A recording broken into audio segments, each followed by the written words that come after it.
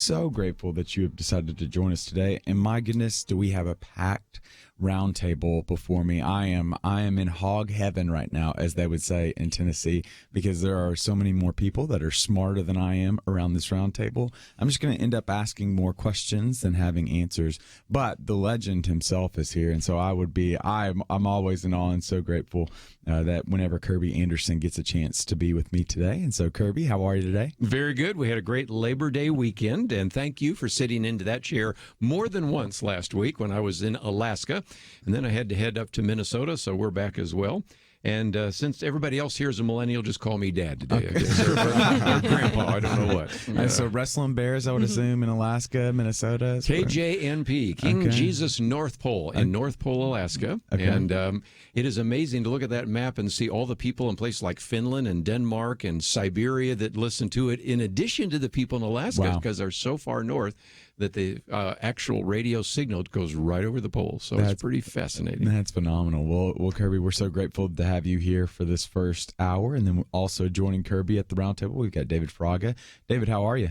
Doing awesome. I've also been doing a little bit of traveling myself. And it's been a good time. But I appreciate you guys having me here, and it's going down on a Tuesday. Where you been going? Where you been up to? I just got back from the Alps. I went on a mission trip with Gateway Church. And then 2 weeks ago, I just got back with my team, a nonprofit Kingdom Initiative. We went for about a week to do 2 events there in Mexico City, Tlaxcala, and Puebla. And we saw over 1,000 people give their life to Jesus. It was really cool. That's phenomenal. Yeah. That's phenomenal. So what was that? Was it kind of mass preaching? Was it a big preaching event? Yeah, what we do is we help partner up with other organizations. We throw the biggest Jesus party, and then halfway through, we say, hey, we want to share a message with you guys. And so we start to preach, we share our testimonies, and then we wait for a response, and it's usually almost everyone in the venue responded, actually, and it was really amazing to see just the Lord move in that place, and then we would just celebrate. That's phenomenal. That's phenomenal. Well, so great to have you here, and so great to hear the report of what you've been up to for the past couple of weeks. Absolutely. And then also joining us here for the 12 o'clock hour, we've got Ivy Nichols. Ivy, how are you? Doing well.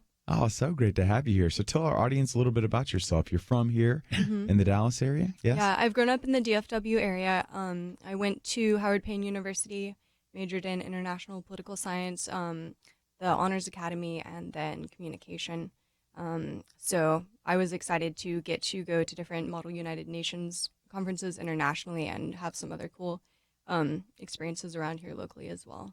That's phenomenal. Well, we're so grateful to have you here today at the Millennial Round Table, and we have got quite a show for you. We're going to kind of give you the latest on the Hurricane Dorian as this storm ravages the East Coast, is kind of situated over the Bahamas right now. We'll give you the latest on that. We're going to talk a little bit about why people despise religion. There was an interesting and kind of depressing, but also just ill-informed, and I don't mean that in a pejorative sense, just really badly informed op-ed that was out of New York Times, and we'll kind of touch on that a little bit. Then research coming out about the idea of a gay gene, not so much according to the research, and what does that look like from the evangelical perspective as we consider the idea that homosexuality may be a component that is genetic.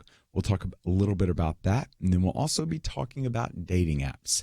That's right, dating apps. If the numbers are correct, there is a growing contingent of individuals that are utilizing these dating apps, and so no longer are they going to the fellowship hall. They're not going to the local dance hall to find Mr. or Mrs. Right, but they're going to their cell phone. And so what does that look like from a Christian perspective? And so we will be talking about that and all the more on today's Point of View show, but you can find out more information on the articles we'll be discussing at the Point of View website at www.pointofview.net. You can go to click on today's show and find the articles that we'll be talking about, as well as you can join the conversation. We'll open up the phone lines here shortly, but also you have an opportunity to endure looking at my face on Facebook, as well as being pleasantly surprised and delighted and refreshed by seeing the other panelists' faces. Well, that's why I brought Ivy in here. She freshens it up dramatically. She takes it up to another level. And so you can do that by going to our Facebook page at www.facebook.com/pointofview radio. But without further ado, let's jump into it, shall we? What most people are talking about right now is Dorian, which is the hurricane system that was downgraded just recently, earlier today, to a Category 2 storm, but continues to pack dangerous 110-mile-an-hour sustained winds as it churns, quote, dangerously close, close quote, to the Florida coastline, according to AccuWeather. The monster storm has left 5 dead in the Bahamas, with the number expected to rise. It is now 105 miles east of West Palm Beach. According to the Red Cross, there's upwards of 14,000 homes thus far, homes and structures that have been destroyed. And then we consider what's happening right now, especially the older contingent, as this storm moves closer to Florida.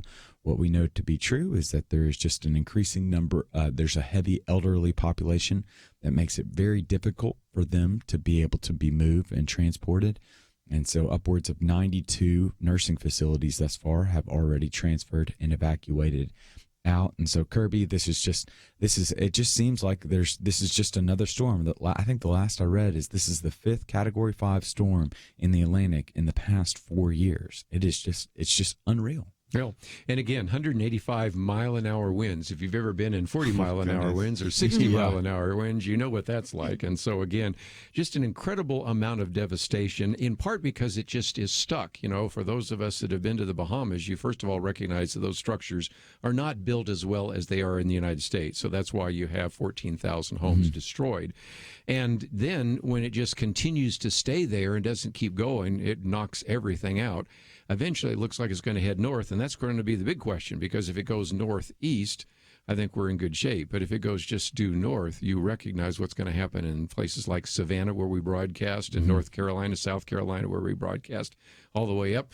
Who knows? It looked like it even eventually could hit New York City. So we'll have to see where it goes. Yeah, it's just fascinating because there's so many models out there, and there's still so many questions than what we have answers right now. But with those questions, we want to try to tackle some of those. But we've got to go to a break right now. And so some of those questions I want to pose to our panel once we come back is, why does a good God allow such devastation and travesty? Obviously, storms like this just don't make sense. And so the first thing that many often do is look to the heavens and wonder why a good God could allow something so bad to happen. And so we'll be talking a little bit about that.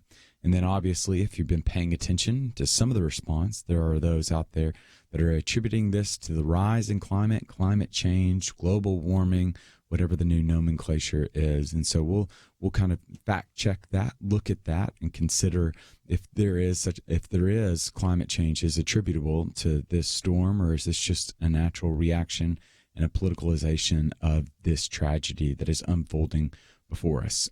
But we have got to take a break right now. But when we come back from the break, more on Hurricane Dorian. But want to encourage you, while we're on break, you can make your way to the Point of View website.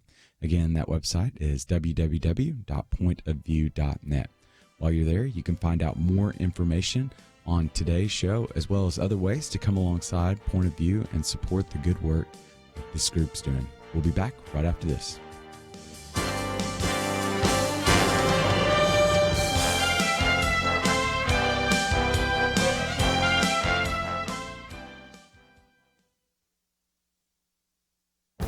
This is Viewpoints with Kerby Anderson. Are boys in America broken? Many certainly are. We see them in our prisons, on the streets, in news stories about domestic abuse or even school shootings. That is why Michael Ian Black wrote an op-ed with the title, "The Boys Are Not All Right." His commentary surfaced all sorts of emotions, criticisms, and profanity from people who read what he had to say. At the outset, let me say that though I agree with much of his diagnosis, I disagree with his prescription. I don't think men need to learn from women how feminism empowered them, but let's focus first on his diagnosis. He rightly says that America's boys are broken, and that brokenness stands in contrast to its girls who are outperforming boys in school and in many areas of our society. He believes that too many boys are trapped in the same suffocating, outdated model of masculinity. So how does a boy who wants to become a man develop true masculinity that has both strength and sensitivity? This is where the Bible provides a perfect example in the person of Jesus Christ. He confronts the Pharisees for their hypocrisy. He overturned the tables of the money changers in the temple. Yet he was also kind and compassionate. The secular world tried to help men understand what it meant to be masculine by developing what came to be called the men's movement. That didn't work out so well. The Christian world gave us Promise Keepers, which provided biblical perspectives for men, but unfortunately did not continue to grow and flourish. What we need are strong and vibrant men's ministries in every church. Some are growing, others need more leadership and encouragement. And they also need to reach out to the broken boys in their community and teach them and model for them what biblical masculinity looks like. I'm Kerby Anderson, and that's my point of view.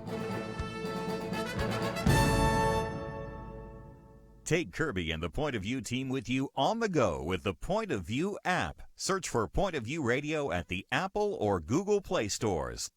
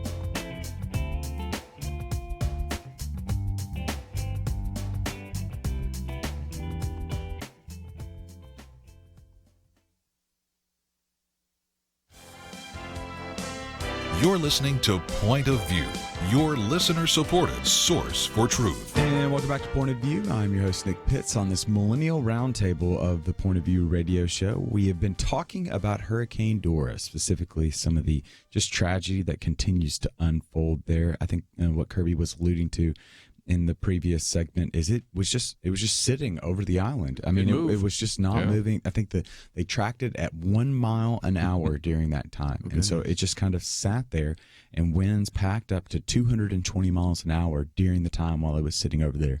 Now, obviously, the winds have died down a little bit, but still just the sheer amount of tragedy that was coming from that. Right now, we know that about 5 people, at least 5, have died right now. An individual as young as 7 years old that we can tell right now. There's been 14,000 structures that have fallen.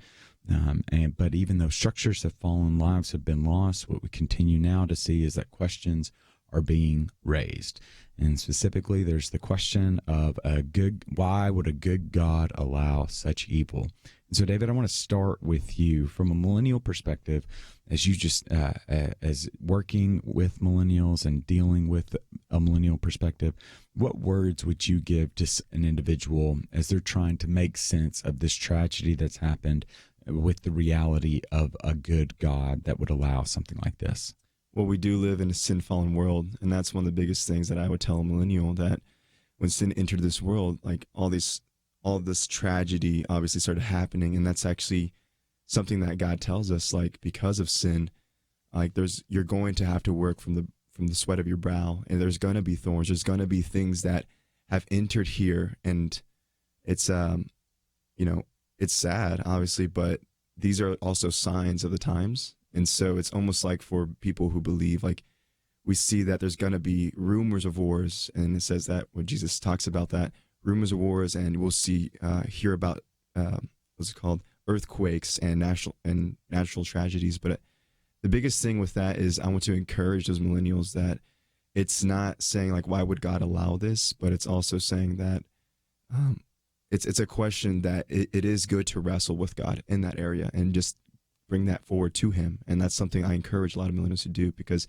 anytime if I try to give them an answer, it's almost as if there's a defensive posture in that moment. And so I encourage them, I always challenge millennials, hey, why don't you ask God and really listen and press in, because it is good to wrestle in those areas. It is.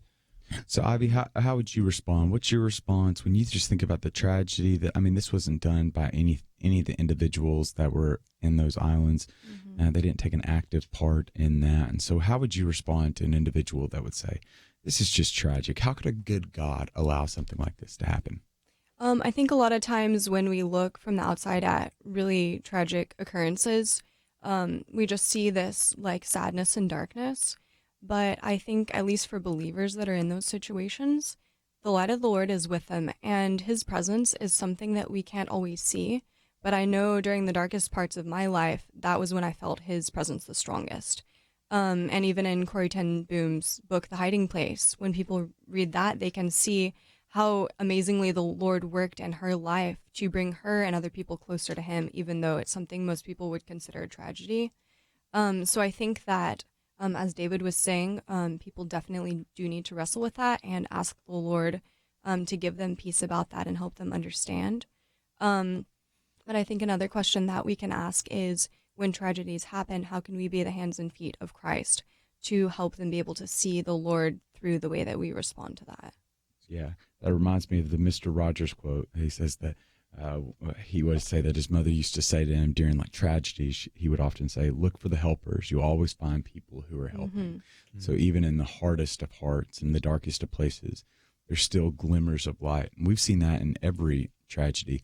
Now that doesn't wash away, that doesn't diminish the idea that a loss is tragic and individuals that lose their lives. I just can't fathom a mother of a seven-year-old having to deal with that. And this is not what God desires from 2 Peter. Like, this is not what he desires, that any of his children should perish.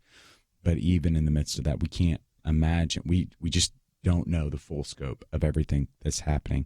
And so it's important for us during those times, even though it might be hard, to be able to look for the little helpers, because there's glimmers of good news that's coming out of this as well. There was one prayer that went viral.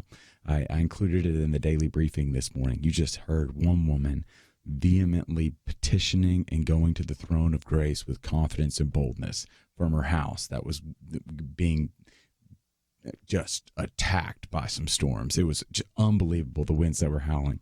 And this video has now gone viral because this woman is so strong in this video as she's praying to the Lord. You hear about how one woman was rescued with her 2-year-old daughter from her house that was crumbling around. Wow. And she thanked God for sending these rescuers. I mean, so there's good things that are happening, but obviously that doesn't null and void the bad that's happened, but it does help us to understand that possibly there could be good as well that's coming from this as well. Right. So Kerby, there's been the response on one side that individuals are asking, how could a good God allow this? And then there's others that are asking the question, well, so we got to do something because there's climate change. Do something. We've been hearing this about guns. And we've been hearing about climate change. Do something, right? And so, the world's going to end in 12 years, according to some. So help us to understand, does climate change play any role in this right now? Because we know that we're hearing that's kind of continuing to percolate.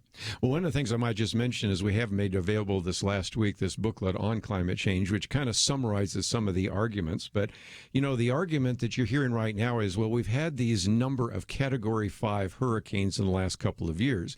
Well, I want to take us back and give us some history. And Bjorn Lomborg does this, and Ray Spencer and others. In 1933, we had 2 Cat 5 hurricanes hit the United States. And nobody back then said, well, that's due to climate change. It's just one of those phenomenon. You have then the Labor Day hurricane in 1935, which was devastating. And then, of course, one in 1968, which is Hurricane Camille. But most importantly, one of the things that Roy Spencer did, and this, of course, does not include the current one, is he said, let's look at these storm intensities from 1930 on. And if anything, you can see that the number of really devastating hurricanes has sort of dropped slightly, but the damage has gone up dramatically. And so when we talk about the damage, there's a couple of reasons for that. First of all, we have more people living on the coast with more valuables. And so that's one of those reasons. But if you go back and look at this, we certainly have warm temperatures, but how much of that is due to climate change? How much of it is due to La Nina, El Nino? How much is due to what is happening in the Atlantic right now and all the rest? So there's the obvious way to deal with this is to say we really don't know. But most people that are writing these news stories say, well, this is obviously due to climate change. But if you look at the number of hurricanes over the last, say, 50 years to 100 years, this is not unusual, but that's a sad thing to say for somebody who's just had their house destroyed or lost a loved one. So I don't want to be cavalier about this, but at the same time, I want to at least bring some perspective into this whole discussion about climate change. Because it does. I mean, it kind of goes pairs along with this idea that, one, we're just kind of what you attest to. We're just more familiar with the storms that are happening right now, and a part of that is just better reporting too. There's better reporting. There's less gatekeepers. There's more media outlets for information to be disseminated out, and there's more information. We saw how information changed drastically. The Vietnam War, for example, when cameras were first allowed on the battlefield, it completely changed the perception. And the same could be said for what's happening here. And so it's important for us to understand that. The second piece isn't just people are just trying to get a grasp on chaos, right? Like they just want to have a handle on something. And it's a nice, convenient handle for sure. But unfortunately, climate change. Climate change. But unfortunately, it's just not. It's not a right handle. It's and so there's a debate to be had over climate change, and there's a debate to be had over the merits of that particular argument as well as our response to that. I would not say politicizing this ongoing tragedy that we find ourselves in the midst of is the right response to that.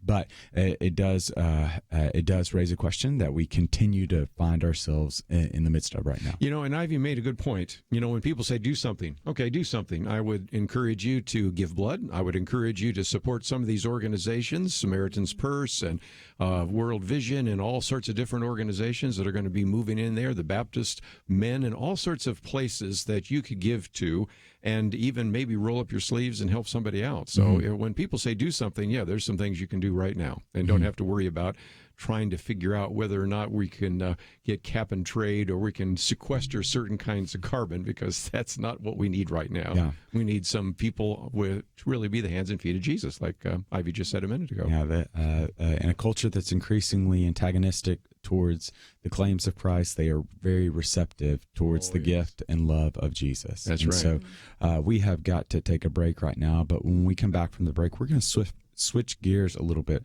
There's a couple of topics I want us to be able to discuss. One is just give you an update on what's happened out at Odessa. Since this is primarily a Texas audience, it might be important for us to kind of look over right now what's happened in West Texas, the tragedy with 8 individuals that lost their lives due to the shooting that happened over the holiday weekend. And then we'll also switch gears and talk a little bit about religion in this interesting New York Times op-ed. We'll be back, though, right after this. We live in a digital generation. Point of View is reaching this often overly plugged-in generation with truth. You can keep up with us 24 hours a day using your phone, your tablet, your laptop, or your desktop. Search for the Point of View Radio Talk Show on Facebook, where you can keep up with today's issues, learn about current and upcoming guests by liking us on Facebook. Also, follow us on Twitter. Our handle is @PointOfViewRTS. That stands for Point of View Radio Talk Show. Learn, interact, make a difference with Point of View using new media. And here's one way you can make a big difference. Help us increase our reach by spreading the word among your friends. Share a Facebook post. Tag us in a tweet. With enough joining us to plant seeds, we'll see a tremendous harvest. Come on, it only takes a minute. Search for Point of View Radio Talk Show on Facebook, @PointOfViewRTS on Twitter, and subscribe to the Point of View Radio Talk Show channel on YouTube. Learn, interact, share. The Point of View Radio Talk Show. Point of View will continue after this.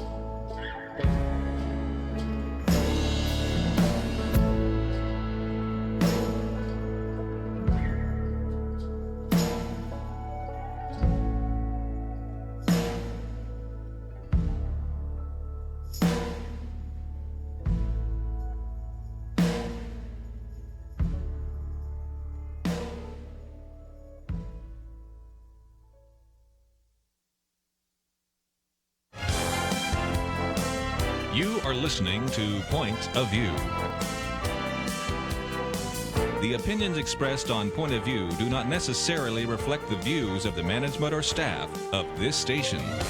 And now, here again is Nick Pitts. And welcome back to Point of View. I'm your host, Nick Pitts. I'm joined at the Millennial Round Table. We have David Fraga, we have Kerby Anderson, and Ivy Nichols that is joining us today. And so we are going to shift gears a little bit and talk about the tragedy, what happened in the Odessa Permian Basin area over the weekend. So the perpetrator of a mass shooting in Odessa, Texas, Saturday was fired from his job that morning and later called police and the FBI before opening fire in a drive-by shooting that left 7 dead and 22 injured. What we know thus far is the shooter had been in trouble at work, according to FBI Special Agent Christopher Combs, and was terminated from his job at the Journey Oilfield Services that morning. But authorities say his firing was not the cause of his actions. Combs said this did not happen because he was fired. He showed up to work enraged. Authorities say the shooter then made rambling calls to police and the FBI before beginning his rampage. Combs also described the shooter's residence as strange and, quote, it reflects what his mental state was going into this. And so, Kerby, yet again, this was the second mass shooting that happened in the state of Texas, and obviously, when things like this happen, there's responses from a wide variety of sources. And so, your thoughts on again what seems to become a regular occurrence here in the U.S. with some of these mass shootings. You know, if we call this domestic terrorism, and we can debate that whether we do or not, one of the things we say about terrorists is see something, say something. Yep.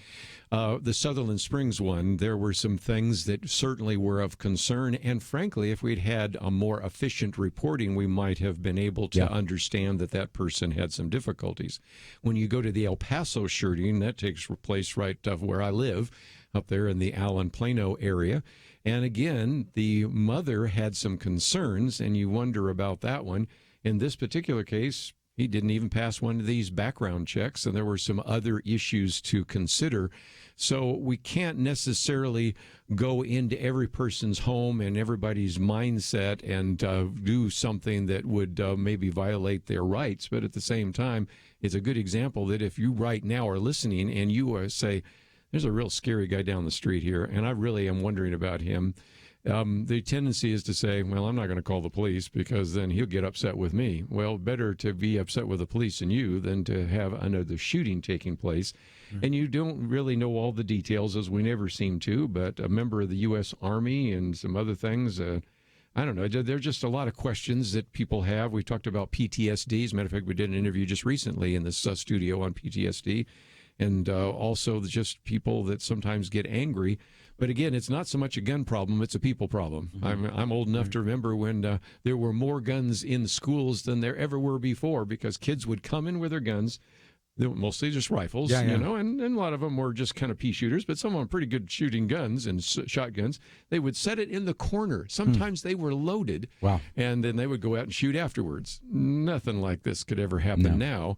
So we had lots of access to guns then, but we didn't have these shootings. Now we have individual shooting every day. So as we go around the round table, I'd love to hear what some of our guests have to say about what possible causes might actually have surfaced. Yeah, and so David, lead us off. When you hear about the shooting that happened in Odessa, you think about the shooting that happened just weeks prior down at the border. What are some of the thoughts that you have on it? Yeah, first thing is it just breaks my heart. You know, I actually have friends out in Odessa, and I messaged them immediately. I'm like, hey, is everything okay? Are you guys okay? And they're saying, yeah, we're all good. We're covered. And but the biggest thing that I see with people who are turning to these extreme measures is that it seems when they capture them before they kill them or anything like that, and they get to have a chance to talk to them, it seems like they're emotionally depleted and that they have no sense of value or worth to other people. Like it's very strange in that they're in a mental state where what they're doing is like almost unreal, and it's okay, like it's almost normal to them. And that frightens me personally, because it's of just like the rise that we see of PTSD with not just in military, but also civilians. Just in civilians, and it's crazy because we see a rise of mental, just things happening mentally, and people don't know how to address it. And I don't know about what this guy has been going throughout his entire life, but what I do know is taking those extreme measures community has something to do with that. I don't know if he was isolating himself all his life or anything like that, but what I do know is that we are people. God created us to be in community, to be able to be vulnerable, and for people to be able to see into that person in a way, to have that intimacy. And without that, there is that emotional instability, And so, Ivy, your thoughts? I think that definitely, as y'all have mentioned, our country struggles more and more with mental health. Yeah.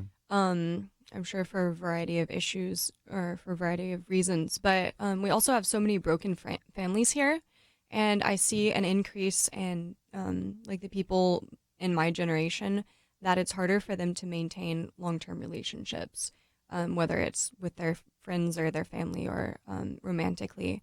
And I think that when people have broken families and they don't have those strong relationships surrounding them that hold them accountable, causes more problems, especially the desire nowadays for people to not be judged, which I understand for someone not to be rude to them, but at the same time, you have to know that you have to work on things in your character. You bring up, I love that idea of bringing up the family component, because that has been the thing that we've seen the most radical shift in, especially when we take into account the rise in mass shootings. And so in 1965, the number was 7.7% of children that were born into the U.S. were born into broken families, for all intents and purposes. We'll call it that. To today, that number is around 41%. And so the research is very clear that family serves as the primary conduit by which the dissemination of values gets put into place. And it just seems as though that is one particular piece. I am interested, obviously, I think we need to move towards zero, and there is no singular response to this that is going to be able to solve this mass shooting. And I know that's our proclivity that we want, but there's a variety of different ways that we can be attacking this and broaching this in order to try to address this. So when I hear about the mental health piece that, David, you brought up, one study I read that indicated that those only account for 4%. Now, granted, I kind of go back and forth on that. I think it's a little bit more than that, and I disagree with the way they categorized some of the mass shootings. But I do not. It's just a piece, and so there's got to be some other things that we can begin to think through, right, Kerby? Yeah, and I did a commentary a while back where I talked about it. I saw one where they said maybe it was 40%, but okay, that's an order of magnitude difference. But you can't find one single bullet, because you can say, let's use Ivy's comment.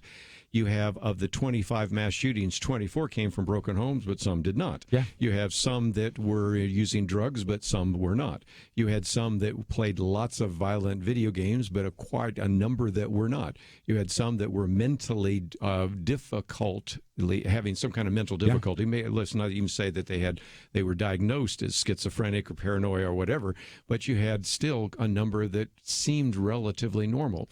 You had most that were pretty secular, but you have that one bond-making boy that came from a Christian home. So, every possible attempt to try to find a one-size-fits-all answer doesn't work. But if you take the collection of all of those and recognize somebody's doing drugs, they're very isolated, coming from a broken home, doing violent video games, well, okay, at this point, you're really at DEFCON 1, I think, because at that point, you're really in a very dangerous set of circumstances. And again, it illustrates the point. How are we going to solve this problem? Well, there are some things I'm sure when we come back from the break you'll maybe want to talk about in terms of government, but a lot of this has to do with the church and the culture and valuing life. What Kerby, I'd be interested, real quick, your response. What does the business community have a role to play? So the reason why I say this is because just now, breaking within the past 2 minutes, Walmart has updated their gun policy, said they're discontinuing sales of short barrel rifle ammunition that can be used for military-style guns, nationwide handgun ammunition, and handguns in Alaska. That's the last state where they were sold. They'll continue to sell long barrel deer rifles and hunting and sporting accessories in a barrel. What role does the business community play any role in this? Some do. I mean, look at Dick's. They said, they're out of it. Okay, Walmart. Before it's all through, I bet they'll be out of it too, just because they might just simply say, you know what, this is not what we do. Go to Cabela's, go to Bass Pro Shop, where they do this every day. Maybe they can do a better job of background checks and things like that. So I suspect that before it's all through, there are going to be a little bit more difficult to purchase guns in a lot of different places. And maybe that's a wise after all, because when Walmart's trying to provide all one size fits all and provide all sorts of different services, there is nothing else that you can buy in that store that requires a level of background check that purchasing a firearm is. Yeah. So I can see how they'd say, you know what, we just don't need to do this anymore, and go somewhere else. So it will be interesting, and we're going to come back from the break, and this is where I'm so grateful for Point of View. It's going to allow us just to have a level of nuance and a conversation that you might not hear elsewhere in a very 24-second news cyclone. So what are some of the sources? What are some of the points that we can illuminate, and what are some changes that can be made to kind of eradicate this mass shootings that continue to populate our news headlines? Because it's not just one silver bullet is going to stop every bullet. And so what does that look like as we try to protect the freedom that we've been given, but also protect the citizens that we know? We'll be back right after this.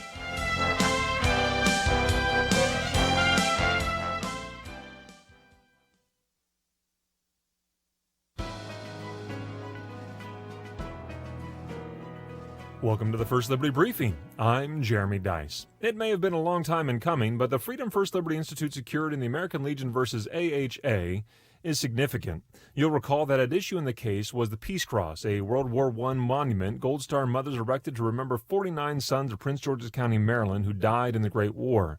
The idea came in 1919, and the American Legion dedicated it in 1925. Well, everything was fine until 2013, when someone decided that they were offended at the presence of a cross on public property, ignoring the surrounding memorials to other wars in what is known as Memorial Park. In June of 2019, the Supreme Court of the United States handed down its decision. 7 of the 9 justices wrote an opinion, making the decision somewhat difficult to decipher, but the clear majority of 7 justices ruled that the memorial should stay right where it is. The majority opinion, written by Justice Samuel Alito, explained that the fact that the memorial bears religious symbolism does not mean the memorial must be destroyed or moved to private property. That is all the more true when memorials age and become a central part of the community itself. The passage of time, Justice Alito wrote, gives rise to a strong presumption of constitutionality. Well, in our next episode, we'll explore what this strong presumption of constitutionality means today. Meanwhile, to learn how First Liberty is protecting religious liberty for all Americans, visit firstliberty.org. Students and teachers are being told that prayer, Bibles, and religion are illegal in public school, but that's not true. Learn the facts. Read your free Religious Liberty Protection Kit for students and teachers at firstliberty.org right now. Don't let anyone steal your freedom with bad information. Get your Religious Liberty Protection Kit for students and teachers at firstliberty.org. That's firstliberty.org.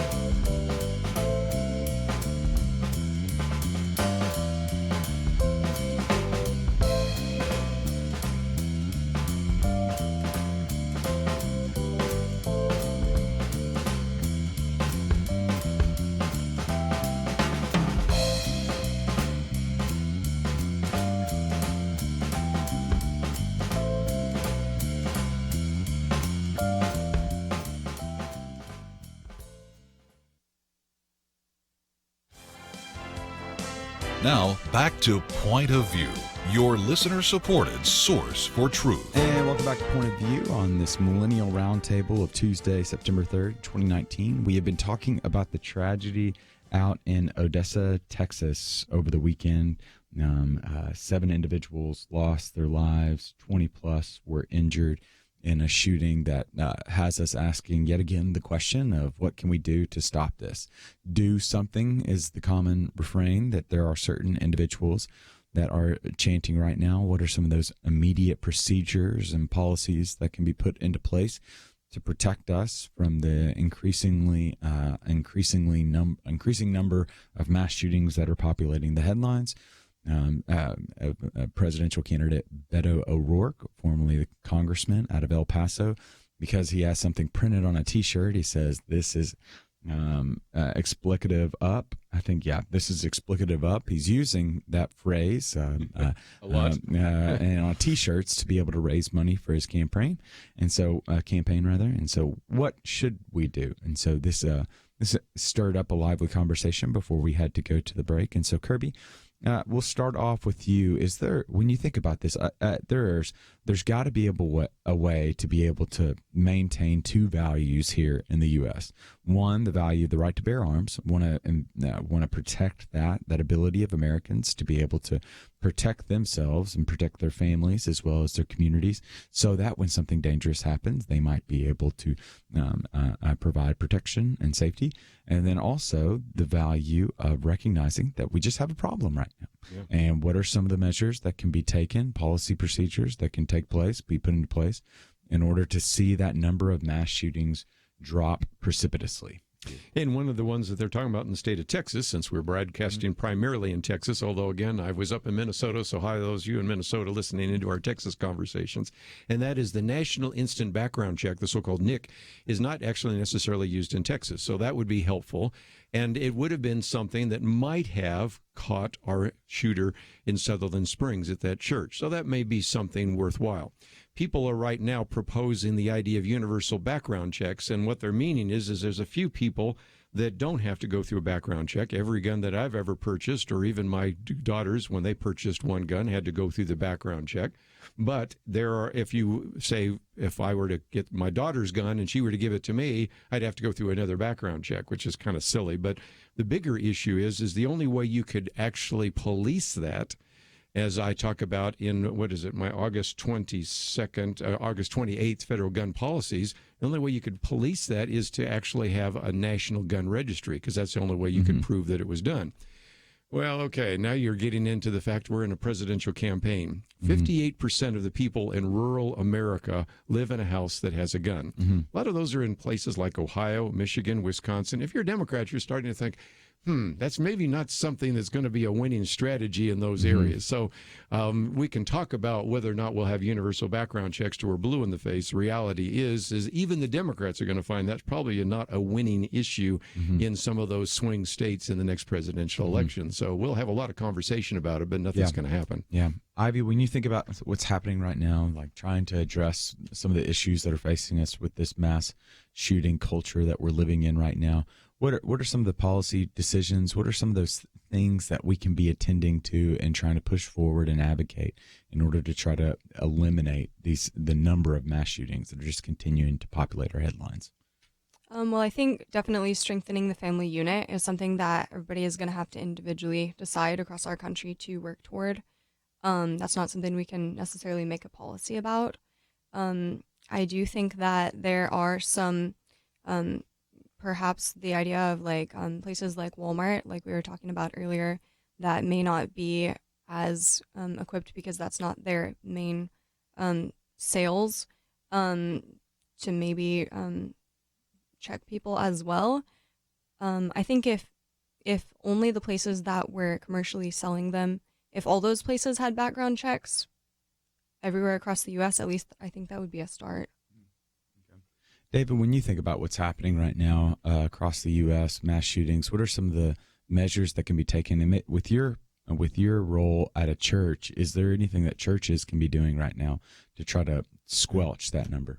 Big time. I mean, that was one of the biggest reasons why I wanted to get really involved in my church, was to be able to impact my generation, young men specifically, who are going through the season of life I'm going through, of that transition. It's very tough. It's very hard. We've all gone through something like that, a hard transition from being dependent on your parents to okay, now what? Now I have to learn how to do life by myself. But in reality, the church has to have this outreach mindset of just being able to approach millennials. Having these conversations are amazing because these are the questions that go on in our mind. And it's not that we don't want to know or learn how to do things like this in life, but that we just want coaching, we want to be disciplined and discipled. And it just all goes back to the cultural aspect of it. Like Ivy was saying with the family. And a big part of that is that when we are detaching from the family, there has to be that family community of the church surrounding us, right? And so making that a possibility, opening up our homes once again. And it's so easy because our culture tends to cast off the responsibility and saying like, we'll do something about it. And we start pointing to the government, we start pointing to other people, when in reality, it's like, okay, we need to take initiative in the church as well. We need to take initiative, even if you're not a part of the church, but like you need to take initiative to actually reaching out to people, being more open in that area, in that aspect too. You know, a lot of this is young boys' problem. And so, again, think of what David is doing just to reach out to the young men who sometimes think the only way to resolve their conflict is to go and shoot somebody, you know? I mean, you've probably been in a few fights over the years, you know, playing sports. I know we all do. Yeah. But nobody says, well, I'm going to go out there and get my gun and shoot this guy after he tripped me up on the soccer field or somebody knocked me down on a basketball field.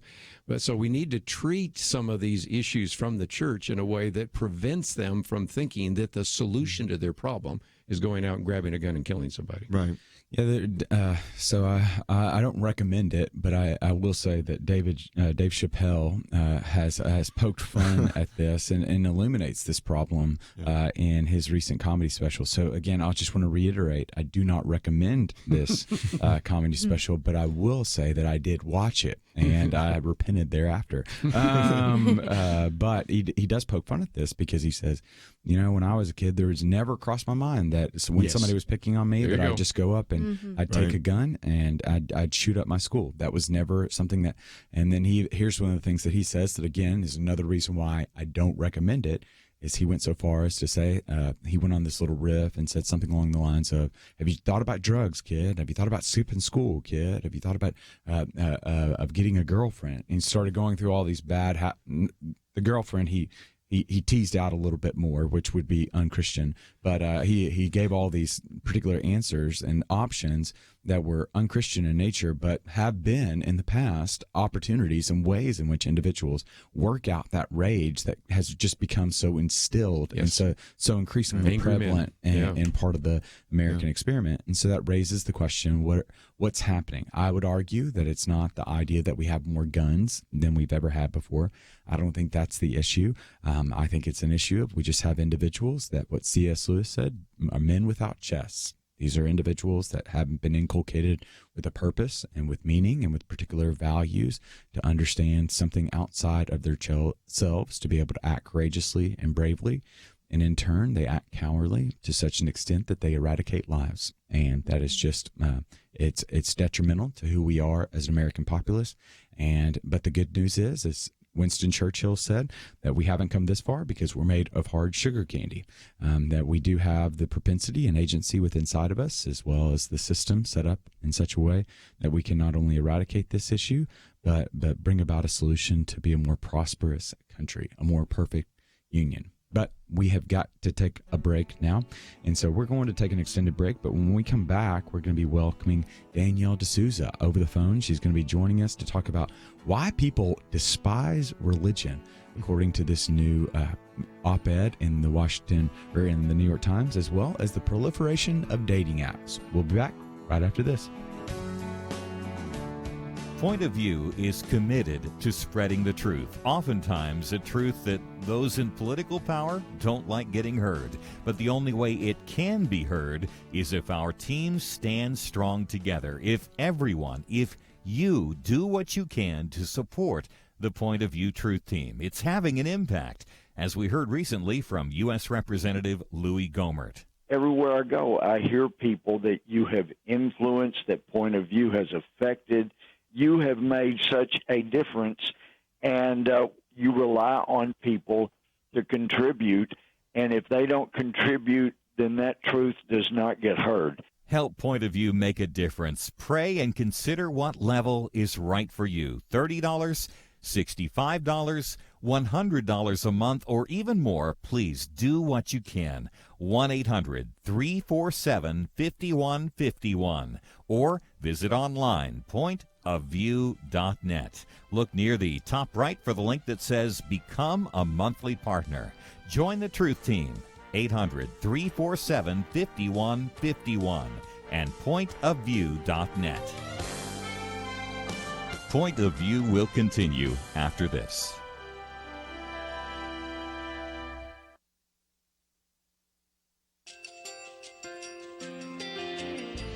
I just want to thank you so much for all the wonderful programming you have. You're just absolutely fantastic. I recently started listening to Point of View, and I really found it interesting because of the different subjects you cover. Thank you for that. I really appreciate everything that you do in keeping us informed. Thank you, Kerby, for everything that you have been doing. I appreciate all the work that you're doing, advocating for the Word of God. Thank you so much. Point of view, I think, is absolutely necessary because it's a Christian perspective, a biblical worldview perspective, and receive very current, up-to-date information about what is really going on, week to week in our culture, which is changing so rapidly, and yet it's morally sliding backwards. Yeah, I'm just, first of all, I thank you guys. Y'all's program is wonderful, and enjoy it every day. I learn so much every time I listen to it. Point of View Radio Talk Show.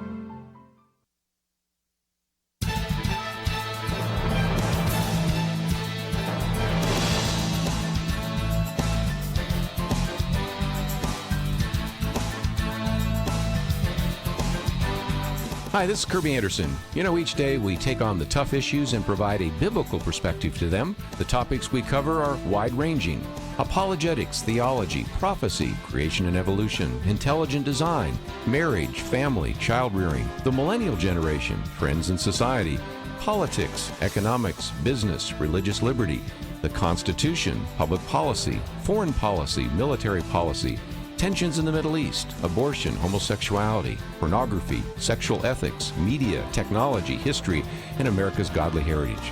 We talk about anything that affects your faith, your family, or your freedom. So don't go anywhere, because Point of View starts right now.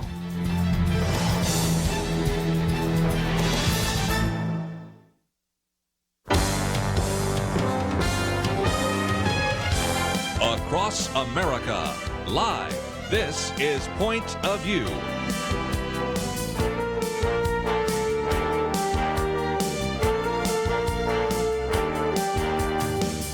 And now, Nick Pitts. And welcome to Point of View, the Millennial Round Table, on this Tuesday, September 3rd, 2019 day. So grateful that you have decided to join us today. And joining us here at the Millennial Round Table, we've got David Fraga. David, how are you today? Doing well. Very good. Yeah. Even though it's the end of summer here in Texas, it's greeting us with 98 degrees. And it's so great. Zeke is on his way. Apparently, he's on a flight right now. So it's Christmas it's Christmas in September for us here in Dallas. And joining us also at the Millennial Round Table, we've got Kerby Anderson as well in studio. How are you, Kerby? I am good, and I'm back from Alaska and Minnesota, and it is cooler up there than where you are broadcasting from today. So I wanted to say hello to some of our listeners up there as well. Well, very great. Very great. And joining us over the phone today, we've got Danielle D'Souza Gill that is joining us. How are you, Danielle? Doing great. Thank you. Oh, so great to have you on today. And so for our listeners, we're going to be talking a little bit about why Americans despise religion, apparently. There was a recent New York Times op-ed column that indicated that Americans just despise religion, or maybe the writer just hates everything that religion puts forward. I think this guy had a little vendetta that he was trying to get out. He had an angry blog post. I don't know if it was a millennial or not.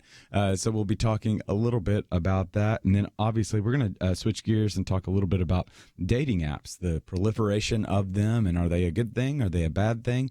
Recent Wall Street Journal article that really did shine a light on this interesting little app. And so I don't know if any of you all are Harry Potter fans at all. Not trying to say the merits of Harry Potter or not, but there's this part of Harry Potter where Lord Voldemort is a name that's not to be named. He's not to be named at all. And I feel like dating apps about 5 years ago were Lord Voldemort. You couldn't name them, and you weren't supposed to associate if you were on them. But now today it's a radically different, very different. Right. But nevertheless, we'll be talking a little bit about that as well. And so you can follow up on some of those articles at our website at pointofview.net. And then also you can make your way over to the Facebook page if you'd like to watch. And so you can go to www.facebook.com/pointofviewradio. And so let's go ahead and let's jump into the first article, shall we? So Kerby, people hate religion, apparently. In the New York Times, a Washington Post or New York Times op-ed columnist, Timothy Egan, has decided you don't hear much about certain individuals, about the presence of God. But then he just begins to go on this diatribe where he starts, Trump orders Pence to find passages in the Bible where Jesus tells people to get the heck out, which he thought was a satirical headline. He calls Pence as the chief bootlicker to the president, who now sees himself in messianic terms.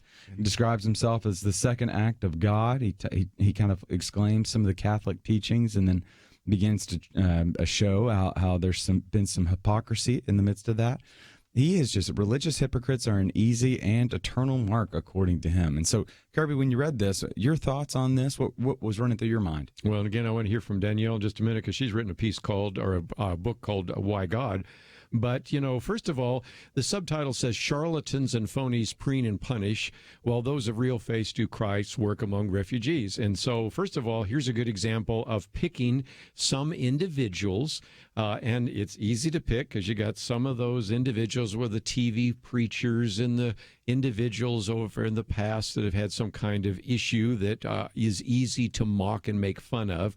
But then he does seem to have respect for people that work among the refugees.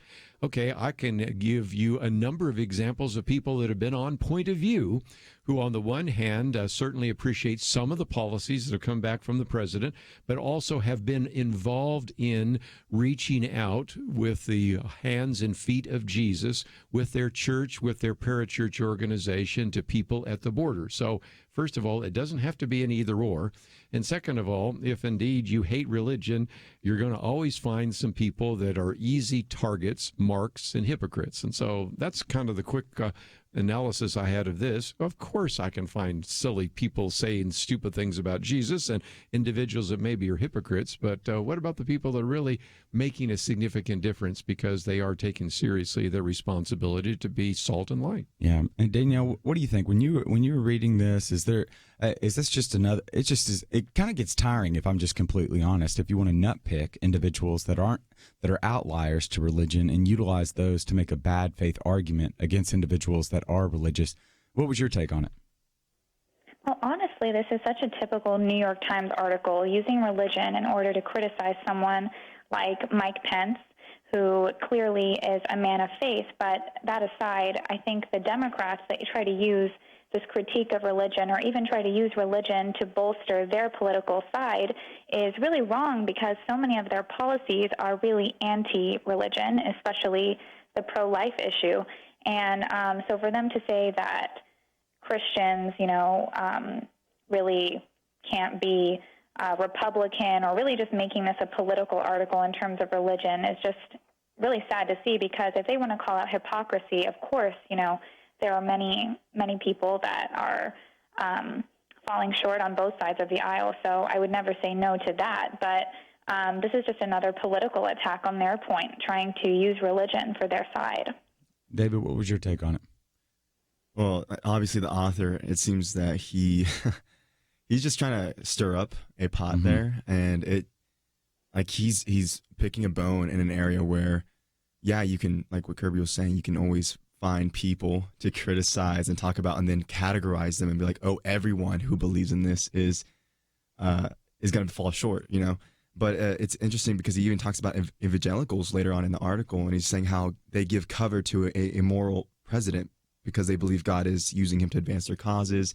And it just seems like he himself, or the author, doesn't even know what he's even talking about or believing in, because it just seems as if he's doing this for a gain for himself, just to get exposure, just to stir up a pot. Kind of like, why try to do a debate that doesn't really need to have a discussion in that area, because the reality of it is that he's just trying to shine light in an area where it's not really light. Yeah, and it's not even light. And at the end of the day, like, these are issues that we've had. Like, yeah. I will disagree with him about my Vice President Pence being a bootlicker. I think that was just going above and beyond. But I don't hear anybody trying to rationalize the atrocities that have happened in the Catholic. I've heard nothing but lament.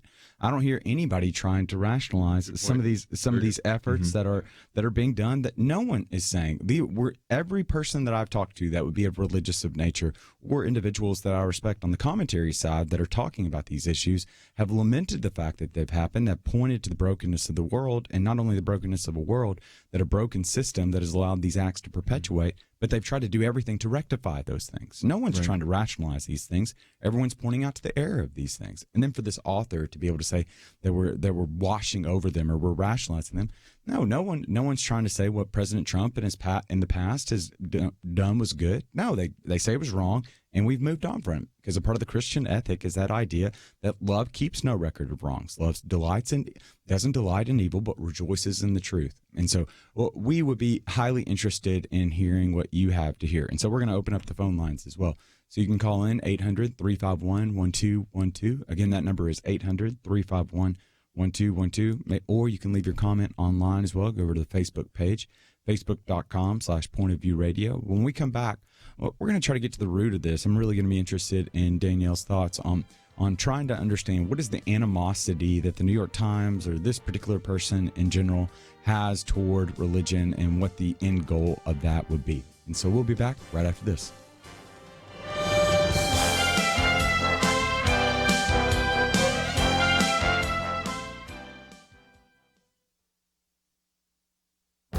This is Viewpoints with Kerby Anderson. Are boys in America broken? Many certainly are. We see them in our prisons, on the streets, in news stories about domestic abuse or even school shootings. That is why Michael Ian Black wrote an op-ed with the title, "The Boys Are Not All Right." His commentary surfaced all sorts of emotions, criticisms, and profanity from people who read what he had to say. At the outset, let me say that though I agree with much of his diagnosis, I disagree with his prescription. I don't think men need to learn from women how feminism empowered them, but let's focus first on his diagnosis. He rightly says that America's boys are broken, and that brokenness stands in contrast to its girls who are outperforming boys in school and in many areas of our society. He believes that too many boys are trapped in the same suffocating, outdated model of masculinity. So how does a boy who wants to become a man develop true masculinity that has both strength and sensitivity? This is where the Bible provides a perfect example in the person of Jesus Christ. He confronts the Pharisees for their hypocrisy. He overturned the tables of the money changers in the temple. Yet he was also kind and compassionate. The secular world tried to help men understand what it meant to be masculine by developing what came to be called the men's movement. That didn't work out so well. The Christian world gave us Promise Keepers, which provided biblical perspectives for men, but unfortunately did not continue to grow and flourish. What we need are strong and vibrant men's ministries in every church. Some are growing, others need more leadership and encouragement. And they also need to reach out to the broken boys in their community and teach them, and model for them, what biblical masculinity looks like. I'm Kerby Anderson, and that's my point of view. Take Kerby and the Point of View team with you on the go with the Point of View app. Search for Point of View Radio at the Apple or Google Play stores.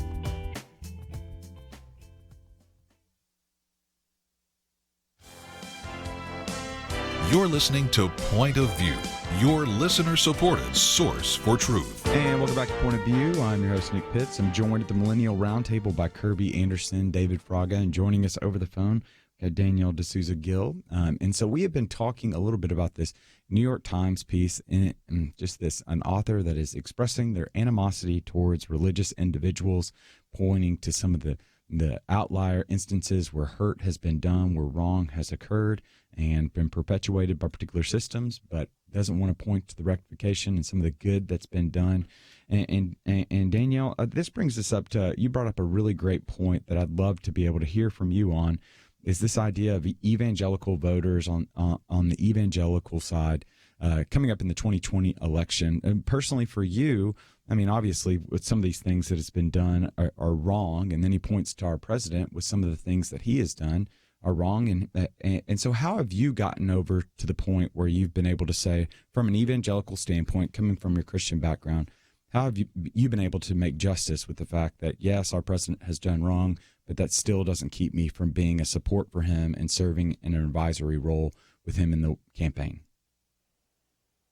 Well, I think that from any perspective, it's always important to look at the reality of the world we live in. And the reality of the world we live in is that none of us are free of sin. All of us have sinned. And so for us to say, oh, well, Donald Trump has sinned, I mean, so have the Democrats, so have any of his opponents, so have all Republicans. Every single one of us have sinned.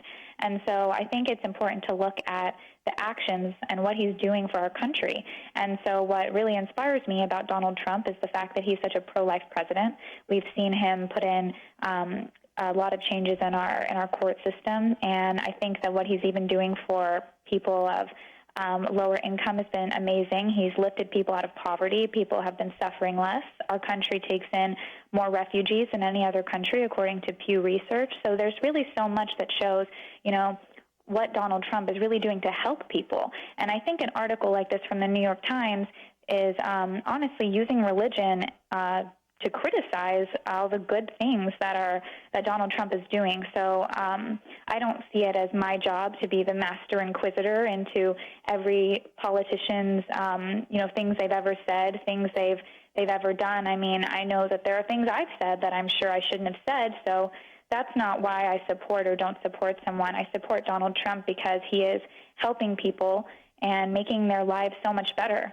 So that's good. I honestly think that he's doing a lot for the country. So what would you say? So recent polling, I mean, President Trump is experiencing a significant level of approval right now among Republican base. I think it's at 84% is the latest number that I saw. But there was an interesting number regarding evangelicals and President Trump. And there's still, even though it's a majority, there's still some that are kind of lingering right now. I think the number was at 55% right now that have come out and supported the president. Now, that's not saying that 45% are supporting a Democratic candidate, but it is saying that they're still not bought and sold on President Trump in the 2020 election. And so knowing that evangelicals is a key constituency for President Trump, what would you say, what would be the issues that you think that evangelicals have that they need to be resolved by President Trump? Or what are some ways that President Trump can reach out to evangelicals before the coming 2020 election to be able to secure their vote? Honestly, I meet a lot of people and talk to them about this issue, and I think it's really just Trump's personality that a lot of evangelicals, it doesn't resonate with them. It's really not the Christian culture, so to speak, in America. But policy-wise, no, I would say evangelicals honestly are right on board with a lot of Donald Trump's policies.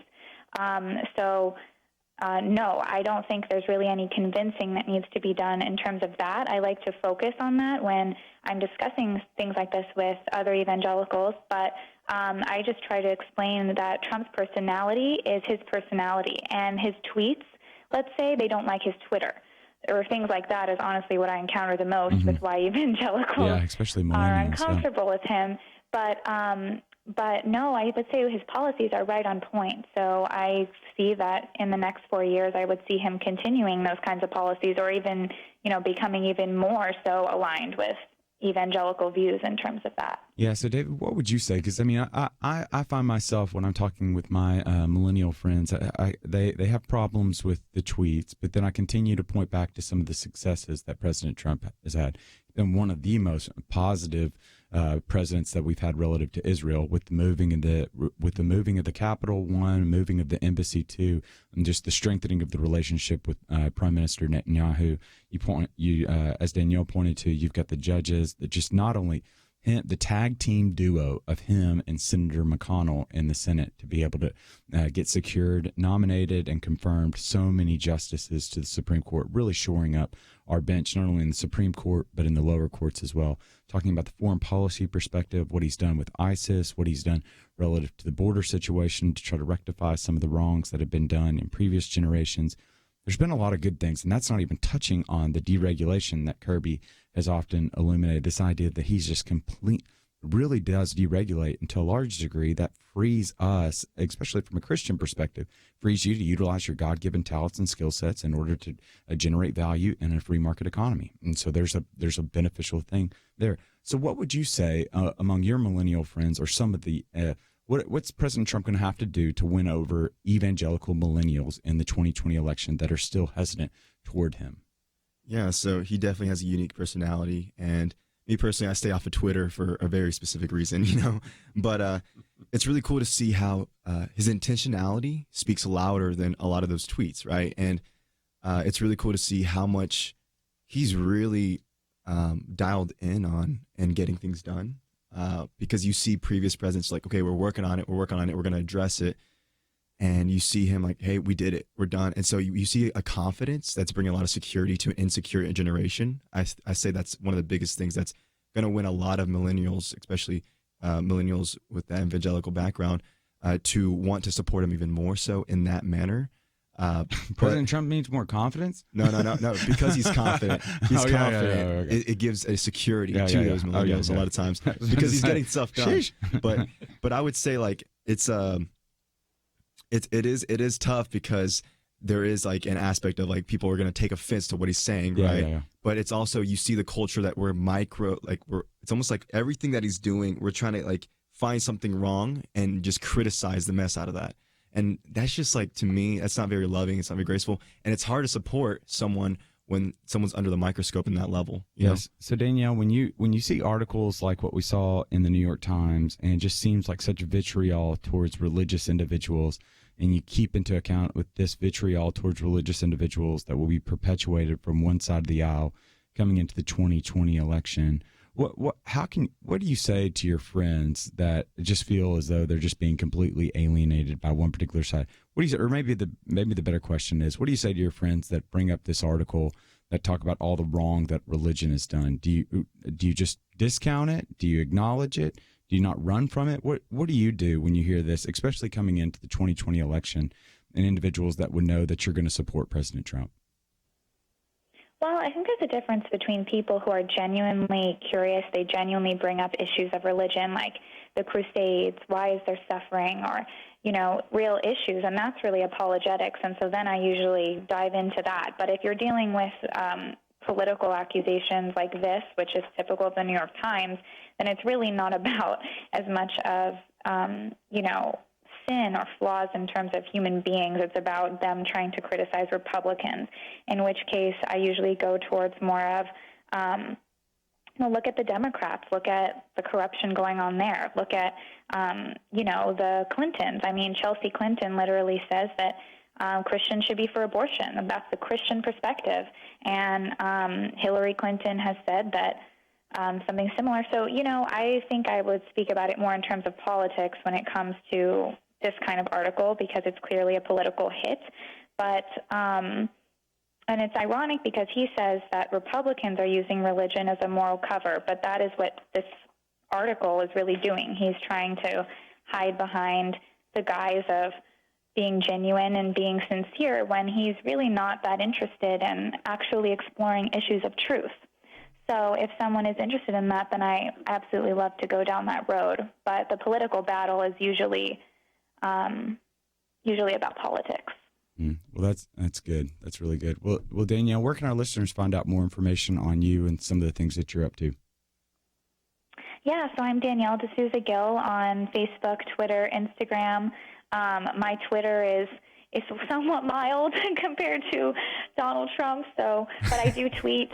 I have a book coming out soon on abortion, so check that out soon on my social media accounts. Well, good deal. Well, Danielle, thank you so much for joining us. And you can find out more information if you want to check out more of what Danielle's doing. You can go to our website at pointofview.net. We made sure to link to everything that she's got going on, as well as some of her social media handles. And so we are going to have to take a break now. But when we come back from the break, we're going to talk a little bit more about this idea of a gay gene, according to some new research, as well as the proliferation of dating apps. So we'll be back, though, right after this.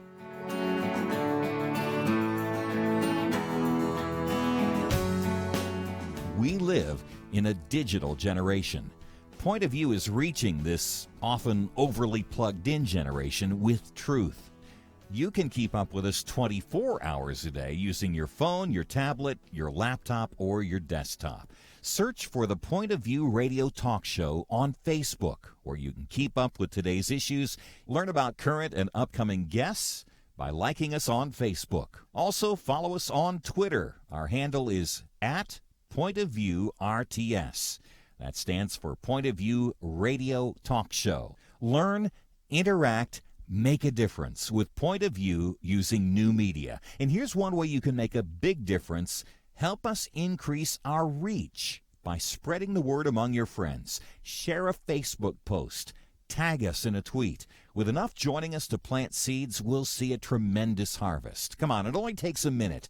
Search for Point of View Radio Talk Show on Facebook, @PointOfViewRTS on Twitter, and subscribe to the Point of View Radio Talk Show channel on YouTube. Learn, interact, share. The Point of View Radio Talk Show.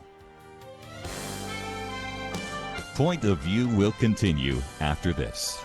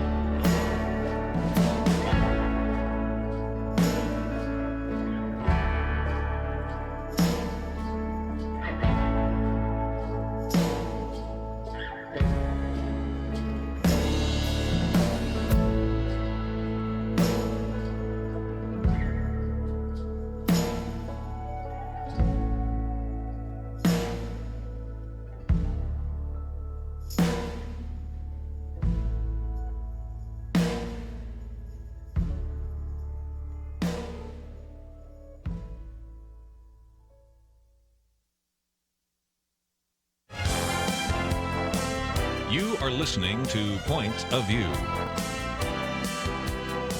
The opinions expressed on Point of View do not necessarily reflect the views of the management or staff of this station. And now, here again is Nick Pitts. And welcome to Point of View. I am your host, Nick Pitts. I'm joined at the Millennial Round Table by David Fraga and the honorary millennial himself. Kerby Anderson. Oh, here we And go. so, I think we got to talk about dating apps now. I think we have to. Okay. I think we have to. Okay. So we've just had we had Danielle D'Souza Gill that was joining us talking about evangelicals. Kind of touched on this New York Times op-ed that was just antagonistic, to say the very least, vicious, identifying wrongs that have been done, and kind of projecting or kind of painting over the fact that individuals have said that this is wrong and has tried to assuage it over. And so really was a helpful conversation that we were able to have with her. And then especially in light of the 2020 presidential campaign, what does that look like for President Trump to try to win over evangelical millennials moving into the 2020 election campaign? And so why not? I mean, it just seems like a natural segue to talk about dating apps after that, right? Am I right, David? So maybe it is. Maybe it's not. We'll find out. And so let's talk about this dating apps website. So first things first, David, do you know people that are on dating apps? Yes. Okay. I do. Positives, negatives, your first impression of this? It's mixed feelings, honestly. Okay. Just because I know the negative connotations of it. You know, a lot of people are looking for hookups or looking just for not to be lonely. And so they, everywhere they go, they're always on their dating apps, you know, Tinder, Bumble, whatever it is. And it's, you also see people that, hey, I've met someone through these apps. And I think it's really cool. And they're still together with that person, or, hey, they got married. But it comes down to the intentionality, I would say, of it all. Okay, so for our listeners, let's help us. Let's get the understanding. Let's get a contextual picture, and then I'm going to be really interested to hear. I want to hear Kerby's opinion. Period. Especially swipe left, swipe right. From a grandfather's perspective, I want to hear Kerby's opinion. A proud grandfather at that. Oh, okay. And so, from a context perspective, what we have is there used to be a day, and Aziz Ansari has documented this very well in his book Modern Romance. There used to be a day that individuals would it was an alarming percentage high from a University of Pennsylvania study that indicated that people got together, that people were connected and got married not only sooner, but also they were more closer in proximity. They grew up right across the block, in the same block, etc. And that number has precipitously dropped in this world. I can't fathom. It's going to. The idea of me marrying a girl is a long time right now. That's probably what my grandma's saying right now. When is Nick going to get married? Yeah. But then the second idea, like of knowing that somebody on my block right now is the future Miss Pitts, is just kind of crazy to think about. But that's a whole different story. And so I got to get out of the personal space. and then we transitioned over to now. Then there was just more individuals that were meeting their significant others in various other places, and now we at a place where technology has infused the dating scene. But what we're finding, according to this Wall Street Journal article, is that couples that meet online couples have longer, happier marriages. This is a study of more than 19,000 participants, and what they found is that the relationship quality of partners who meet online may be higher and the rate of separation or divorce lower than for partners who meet offline. So, Kerby, we need to hear from you. Oh, no, you don't. And so your thoughts, just initial impressions when you hear about dating apps, when you think just this idea of meeting that future miss online, your thoughts? Two comments. First of all, this has moved from being rare to routine. In my own ministry, we've had just one individual that met his wife online. And we always use that as an example. He lives in Texas. She lived in Kansas. How are they ever going to have met other than online? But that was the one exception. I just was in Minnesota. I was there for my niece's wedding, and she is in California, and she marries a guy in Minnesota. Again, figure this out. That's not going to happen. So the first thing is this is a trend that's moved from rare to routine. Second of all, I think that the National Academy of Sciences research probably bears it out, because if you think of your, quote, dating pool in your small community, let's go back to the 19th century where there were a few hundred people in town. there were only a few eligible people, and so if you had similarities, it was only because you went to the same school, you probably went to the same church, and you may even have had the same uncles and aunts. You were maybe not that far away from each other, but in terms of interest, there was probably a lot of diversity. Now, when you can go on to these sites, that provides an opportunity to meet some people. In the case of the wedding I just went to, they were both in computers, and so they really understand each other very well. So that, I think, makes some sense. The downside, and then I'll turn it over to you and David, is something you've talked about before. Swipe left, swipe right. Mm-hmm. In other words, these dating apps are done in such a way that actually, after a while, it feeds your ego, because I'll say, since we got three guys right here, the women show an interest in you, and you tend to think you are a little better on the dating scene than you really are, right? Yeah. And then you can, with a swipe left or swipe right, decide if I want that person or don't want that person, and that's not exactly the best way to choose a mate. Yeah, so there's the two components that Kerby's alluding to that I love to put names to. So we have one, the gamification, and then two, the stud effect. Yes, and so what they're finding is that it's called the gamification of dating now. Yes. And so it's turned it more into the pursuit than the actual relationship. And so with the gamification, the number that pops out to me, David, that might be alarming to you is that individuals, if they have a dating app, on average spend 10 hours a week on this dating app. So spending 10 hours a week. That makes my body cringe as a type A linear individual that has borderline workaholic tendencies. That the idea that you would spend 10 hours a week on any app for that matter. And so it's just it's shocking. Time wasters is your category, right? Waste of time. If I had one of those apps, it would be under my waste of time. That's not including social media, is it? Not including social goodness. media. Okay, and then so it moves into this, what Kerby was alluding to is called the stud effect. And so to explain to you what's happening with this dating app piece, and so you see a picture will pop up onto your screen if you have a smartphone, and you have an ability to be able to swipe left to move your thumb to the left, or move your thumb to the right and swipe right. And one way that you swipe, it says that you match with this person, that you like this person. So you swipe one way. If you don't like this person, you swipe the other way. If two people swipe that they like each other, they're connected, and it moves into a messaging application where they can banter back and forth, and hopefully a date can ensue because of this.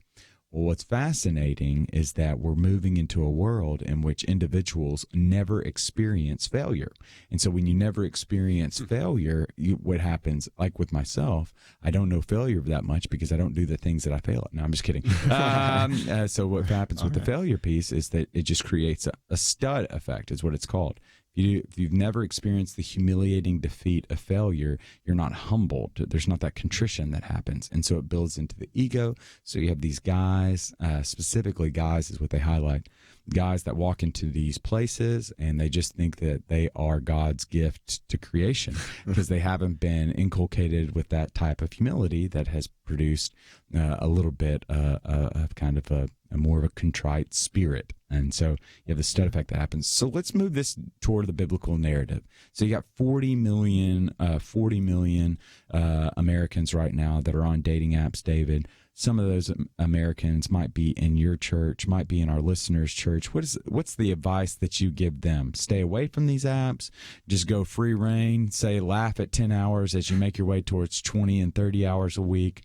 What's the advice you give these individuals as they're trying to navigate through this now online dating world? Well, the biggest thing is I don't think it's a good way to steward your time to spend 10 hours a week on dating apps. Okay. Specifically dating apps. Agree with that. Yeah. If you're really trying to be intentional and, pursuing someone, I would say like that's something you need to lay down and submit to the Lord also, because you can get so in, like I know for a fact, even with my friends, it's like, yes, you want to be in a relationship. A lot of them want to be in a relationship. They want to find that missus, but you can get so consumed by that it distracts you from what God has called you to be faithful with, and to steward well what he's given you, in whether it's a job, ministry, or your family. And the intentionality then starts to shift into things that are distracting instead of things that he has provided for us to steward. And so I honestly, I don't think like dating apps, I don't think they're a bad thing, honestly. but I believe it goes back to the intentionality. You know, we're called to live intentional lives, to steward that well, and it goes back to even how you're spending your time, because you can even go into like social media aspects of that. You can go into like the aspects of, okay, so this guy, he's focusing on that stud effect, and it's false humility, which really isn't real humility, right? Yeah. So we're gonna take a break, because I think this is a topic that begs to be considered, especially since the results, according to the Wall Street Journal article, seem like it's a good thing if people are staying together and are experiencing greater levels of happiness. And so we're gonna dig a little bit deeper right after this.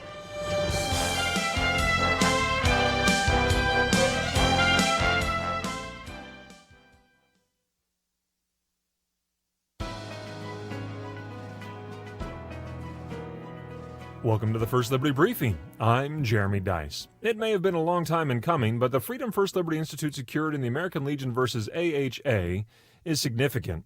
You'll recall that at issue in the case was the Peace Cross, a World War I monument Gold Star mothers erected to remember 49 sons of Prince George's County, Maryland, who died in the Great War. The idea came in 1919, and the American Legion dedicated it in 1925. Well, everything was fine until 2013, when someone decided that they were offended at the presence of a cross on public property, ignoring the surrounding memorials to other wars in what is known as Memorial Park. In June of 2019, the Supreme Court of the United States handed down its decision. 7 of the 9 justices wrote an opinion, making the decision somewhat difficult to decipher, but the clear majority of 7 justices ruled that the memorial should stay right where it is.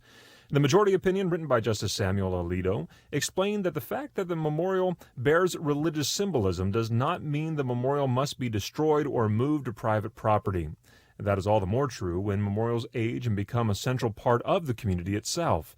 The passage of time, Justice Alito wrote, gives rise to a strong presumption of constitutionality. Well, in our next episode, we'll explore what this strong presumption of constitutionality means today. Meanwhile, to learn how First Liberty is protecting religious liberty for all Americans, visit firstliberty.org. Students and teachers are being told that prayer, Bibles, and religion are illegal in public school, but that's not true. Learn the facts. Read your free Religious Liberty Protection Kit for students and teachers at firstliberty.org right now. Don't let anyone steal your freedom with bad information. Get your Religious Liberty Protection Kit for students and teachers at firstliberty.org. That's firstliberty.org.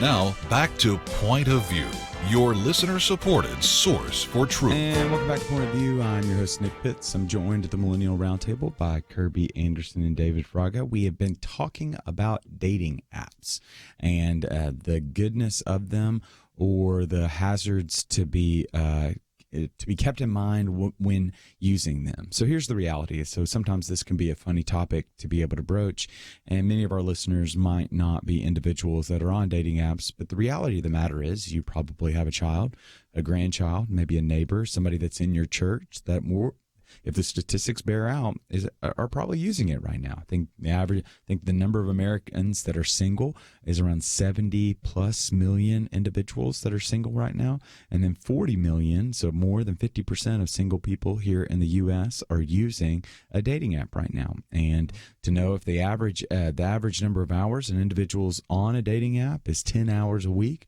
that really is an opportunity, if we believe it to be true, that Christ is Lord over every square inch of the whole domain of human existence. As what? Oh my goodness, I'm blanking on the guy's name right now. Abraham Kuyper. Yeah, Kuyper. Yeah, Kuyper? yeah. And so what does it look like to allow the lordship of Jesus Christ to be able to dictate the ways of Tinder and Bumble and Hinge and all these others and Christian Mingle, et cetera, et cetera? That's what I was thinking, too, because we had these Christian sites like, eHarmony was one of the first, and Match.com and Bumble. You just go down this long list. So you've had, first of all, the Christian sites. Now you have the apps. So it's part of reality anymore. And the question some people have is, well, is there just one ideal person out there, that's a soulmate? And I'm not so convinced that that can be made from Scripture, but I can certainly recognize that there are certain individuals that certainly would be within God's will and others that would not. And that was one of the things that I think appealed to some Christians initially with Christian dating sites, because if I don't have anybody that I could possibly marry inside my church, or we only have a small singles group, David, you've seen some of those where sometimes you want to avoid those. It's almost like walking into a bar or a meat market.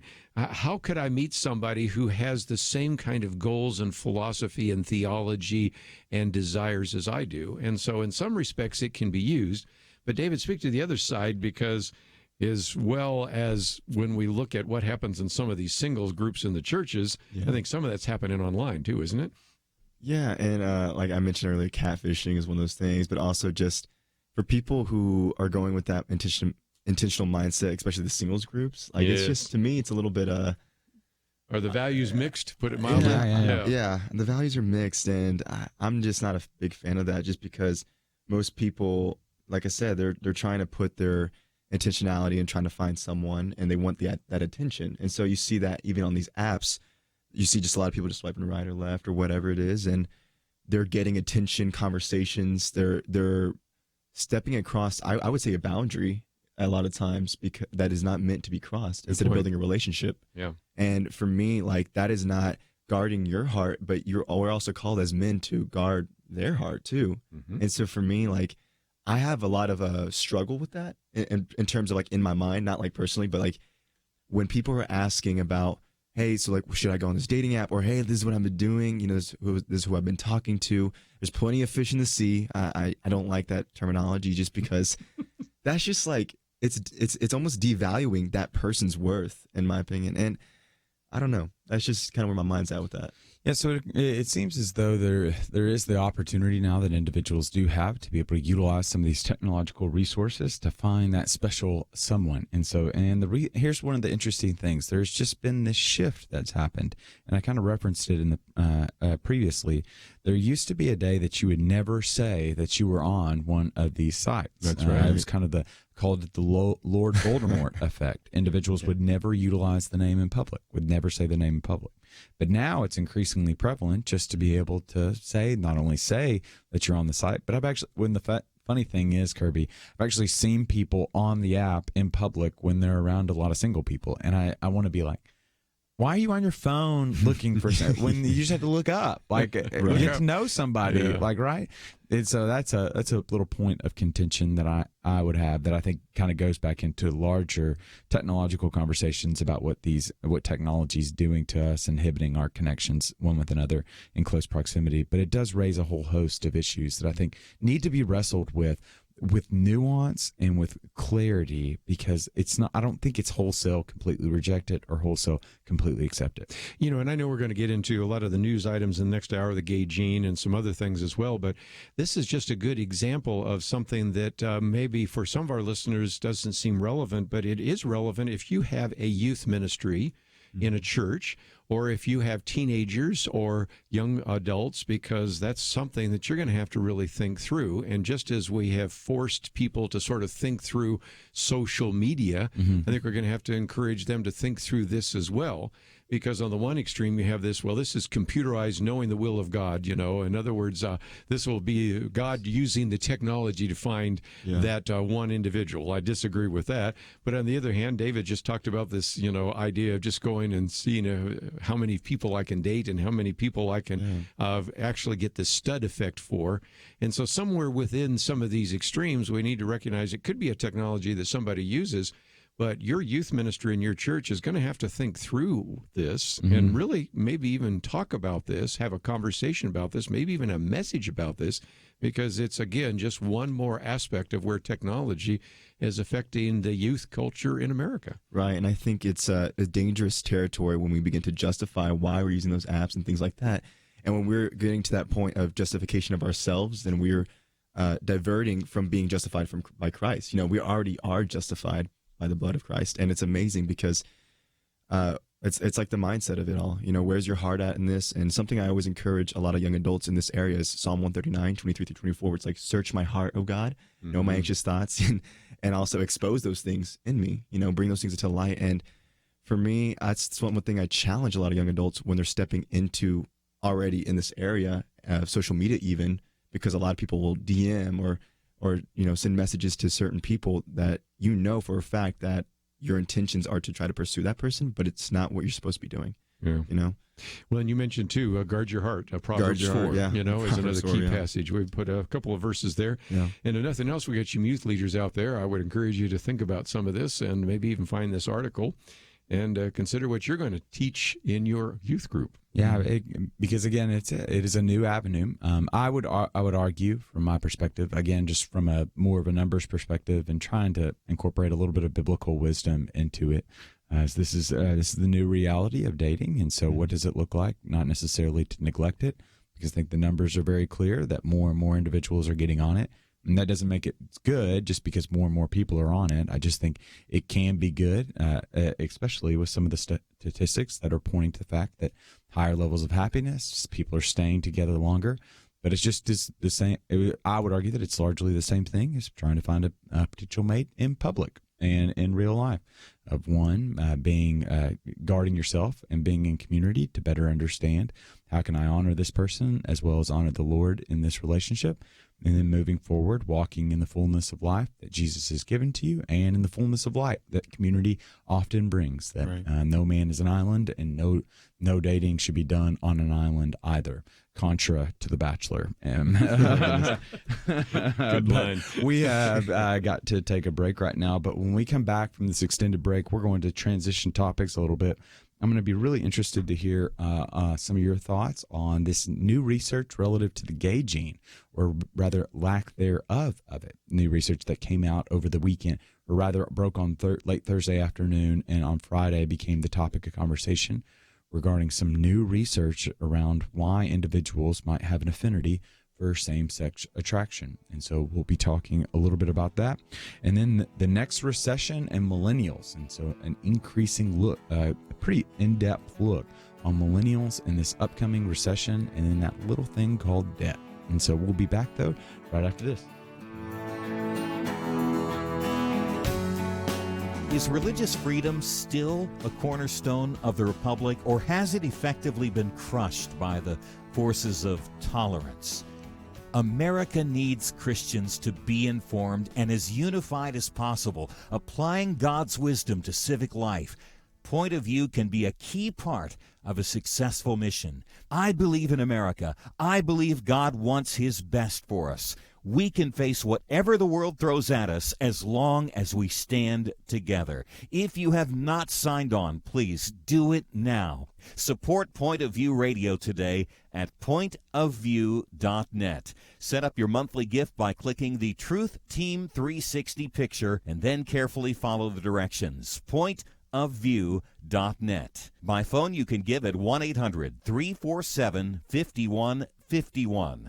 800-347-5151. Or mail that first donation to Point of View, Box 30, Dallas, Texas 75221. Box 30, Dallas 75221.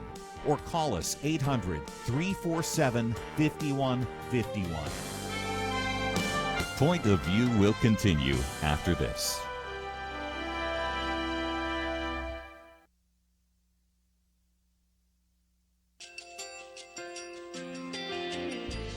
I just want to thank you so much for all the wonderful programming you have. You're just absolutely fantastic. I recently started listening to Point of View, and I really found it interesting because of the different subjects you cover. Thank you for that. I really appreciate everything that you do in keeping us informed. Thank you, Kerby, for everything that you have been doing. I appreciate all the work that you're doing, advocating for the Word of God. Thank you so much. Point of View, I think, is absolutely necessary because it's a Christian perspective, a biblical worldview perspective, and receive very current, up-to-date information about what is really going on, week to week in our culture, which is changing so rapidly, and yet it's morally sliding backwards. Yeah, I'm just, first of all, I thank you guys. Y'all's program is wonderful, and enjoy it every day. I learn so much every time I listen to it. Point of View Radio Talk Show.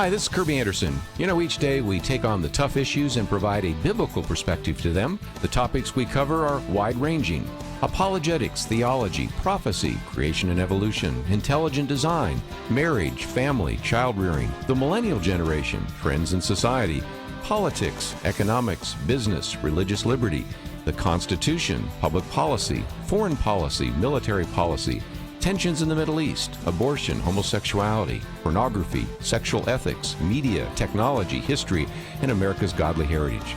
We talk about anything that affects your faith, your family, or your freedom. So don't go anywhere, because Point of View continues right now.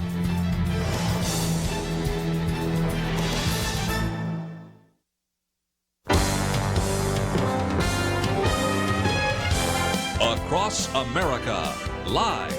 This is Point of View.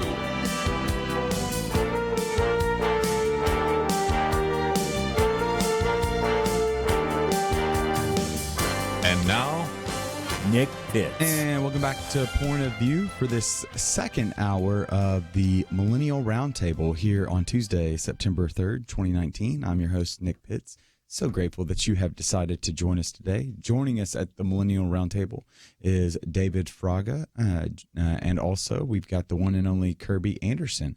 And so to recap some of the things that we have discussed today, we've talked about everything from dating apps to why people despise religion, this New York Times op-ed column that just really attacked kind of outlier, atrocious incidents of religion, and then tried to project those incidents onto the entirety of the religious project here in the U.S., which was a fascinating take that we shared a little bit of disagreement on, had Danielle D'Souza Gill joining us for that conversation, and really tried to think through for evangelicals moving into the 2020 presidential campaign. What does it look like for evangelicals as they're considering supporting President Trump again in 2016 or 2020 like they did in 2016? And what are some of the responses they're to make of something of this type of article and animosity towards them? And so, moving into this hour, we've got a couple of things I want to talk about, specifically the news that broke over the week, last Thursday afternoon, about this idea of a gay gene, or rather the lack thereof, and talk about the influence that communities have on same-sex attraction. And then we'll also talk a little bit about debt. And I think, Kerby, we owe you a debt for the work that you have already done on debt. And so we'll be talking about that and more in this upcoming hour. But let's go ahead and start off with many genes influence same-sex sexuality, not a single gay gene. According to a New York Times article, an ambitious new study, the largest ever to analyze the genetics of same-sex sexual behavior, found that genetics does play a role, responsible for perhaps a third of the influence on whether someone has same-sex sexuality. The influence comes not from one gene, but many, each with a tiny effect. And the rest of the explanation includes social or environmental factors, making it impossible to use genes to predict someone's sexuality. Kerby, this has long been a question and topic that has lingered over the same-sex attraction conversation that many evangelicals have been having. Your initial thoughts? Well, again, I've written about this before, and we have a whole section in my book on homosexuality of the 3 different studies. And the first 2, one had to do with looking at brain structures, one at twins. But the one that got a lot of attention more recently was this idea of a gay gene by Dean Hamner. Well, this particular study sets that aside. Even that one got set aside. And I think, Nick, the first point I would make is that our good friend John Stonestreet will be on the program tomorrow at this hour. And in his commentary and breakpoint, he reminded us that everybody had a different headline. You read the New York Times one, many genes influence same-sex sexuality, not a single gay gene. But if you look at NPR, they said search for gay genes comes up short in long study. The Associated Press said new genetic links to same-sex marriage found in the huge study. And the Washington Post, kind of down the middle, no one gay gene, but genetics are linked. So you can see how, in some respects, even with a study that was well done, and I think is going to stand the test of time, unlike some of the others, you had such different headlines based upon whether or not we wanted to look more LGBTQ friendly. But let's just say that at best you can say that only a third of any kind of behavior could be affected genetically. You look at one of these genes and they figure it may affect 0.4%, 1%. And they also say those genes might also affect sex hormones and the sense of smell. So first of all, the argument that we can find a gay gene, I think that for all time has been set aside. But what about the idea that there's a genetic component to same-sex attraction? That's something I've suggested from the very beginning. Is there a possibility of some kind of pre-existing condition? We recognize, for example, certain people are more prone to alcoholism than others. But what does the Bible say about alcoholism? Well, just affirm drunks? No, it says, do not get drunk with wine, for that is dissipation, but be filled with the Holy Spirit. We recognize that anger sometimes surfaces. There are certain genetic characteristics of people in prison. Does that mean that we just affirm people in their anger? No, because it says, do not let the sun go down on your anger.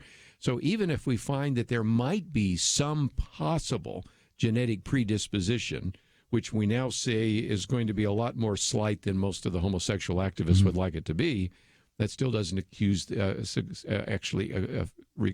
provide an excuse for the behavior. If anything, it illustrates once again that we need to use the Bible as our evaluation rather than any kind of scientific study. But I think it's set aside for all time. As one article said, the death of the gay gene. They're finding one gay gene, we're not finding it, just not out there. Yeah, so biological proclivities don't excuse or trump biblical priorities, I guess you could say. And so, David, help us to understand this, because if numbers are correct, 87% of Americans know someone that identifies as LGBTQI, etc. And so help us to understand what would be the response to an article like this among individuals that know someone personally through a friendship or maybe someone in their family that hears this type of news, and for so long they've kind of staked their argument and their existence and their willingness to operate out of this way on kind of the Lady Gaga mentality of born this way, right? And now that's been blown up by science. And so help us to understand this. Yeah, so I haven't really done a lot of research in this area, and I've always just heard of it, read a few articles here and there, but I actually work with someone who did come out of the gay community, and the biggest thing that he talks about is it was an identity issue for him. It was much deeper than just a gene. It was something else spiritual. It was something that was, every part intertwined in him. And so to me, like the verse I always think about, like as soon as I saw this article, was Genesis 1:27, and it talks about, so God created human beings in his own image, and in the image of God he created them, male and female he created them. And then after that was obviously the fall of man when sin entered the world. For me, like I said, it's you even go back to biblical times when Lot, houses the angels, and in those moments there's these men that want to have inappropriate stuff with them and things like that, and you just see how that's been a part ever since sin has entered the world, been a part of our world. It's not something new, but I would say from what I know and from people who I've talked to, it has a lot to do with spiritual and identity, Yeah, I'll be interested. We've got to take a break right now, but I'll be interested when we come back. What are some responses that we can give to our friends that are more sympathetic in nature towards homosexuality, or maybe someone that that is struggling with same-sex attraction? Just increasingly, what it seems is becoming more prevalent is that 4.5%, the largest number, according to some estimates from the Williams Institute, indicate that 4.5% of Americans identify as homosexual. And so what does that mean when you're talking to them? And now that this topic has been raised because of some of the headlines that have circulated around this new study, how might we be able to broach this conversation with them and really making the delineation between having a public conversation about the biblical response to homosexuality apart from the political conversation to have about this as well? And so we will be back, though, right after this.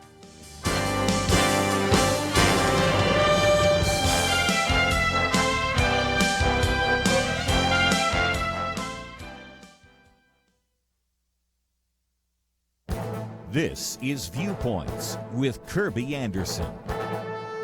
Are boys in America broken? Many certainly are. We see them in our prisons, on the streets, in news stories about domestic abuse or even school shootings. That is why Michael Ian Black wrote an op-ed with the title, "The Boys Are Not All Right." His commentary surfaced all sorts of emotions, criticisms, and profanity from people who read what he had to say. At the outset, let me say that though I agree with much of his diagnosis, I disagree with his prescription. I don't think men need to learn from women how feminism empowered them, but let's focus first on his diagnosis. He rightly says that America's boys are broken, and that brokenness stands in contrast to its girls who are outperforming boys in school and in many areas of our society. He believes that too many boys are trapped in the same suffocating, outdated model of masculinity.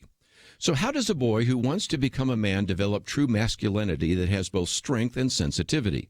This is where the Bible provides a perfect example in the person of Jesus Christ. He confronts the Pharisees for their hypocrisy. He overturned the tables of the money changers in the temple. Yet he was also kind and compassionate. The secular world tried to help men understand what it meant to be masculine by developing what came to be called the men's movement. That didn't work out so well. The Christian world gave us Promise Keepers, which provided biblical perspectives for men, but unfortunately did not continue to grow and flourish. What we need are strong and vibrant men's ministries in every church. Some are growing, others need more leadership and encouragement. And they also need to reach out to the broken boys in their community and teach them, and model for them, what biblical masculinity looks like. I'm Kerby Anderson, and that's my point of view. Take Kerby and the Point of View team with you on the go with the Point of View app. Search for Point of View Radio at the Apple or Google Play stores.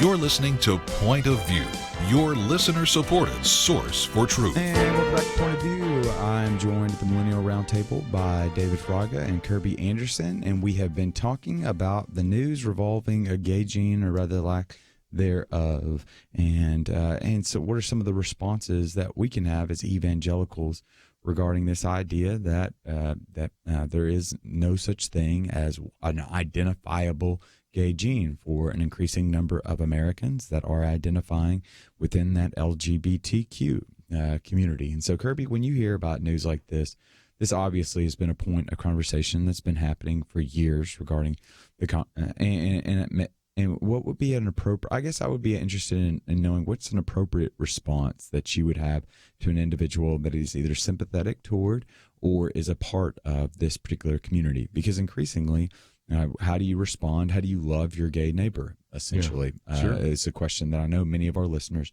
might have right now in regard to this news. And I think the first thing you want to say is that, God loves you, and no matter what you have been involved with sexually or in any other kind of way, God's love extends to you. But if you really want to follow the plan that God has for you, then there are some boundaries that have existed, not because God hates you, but actually because God loves you, wants to protect you.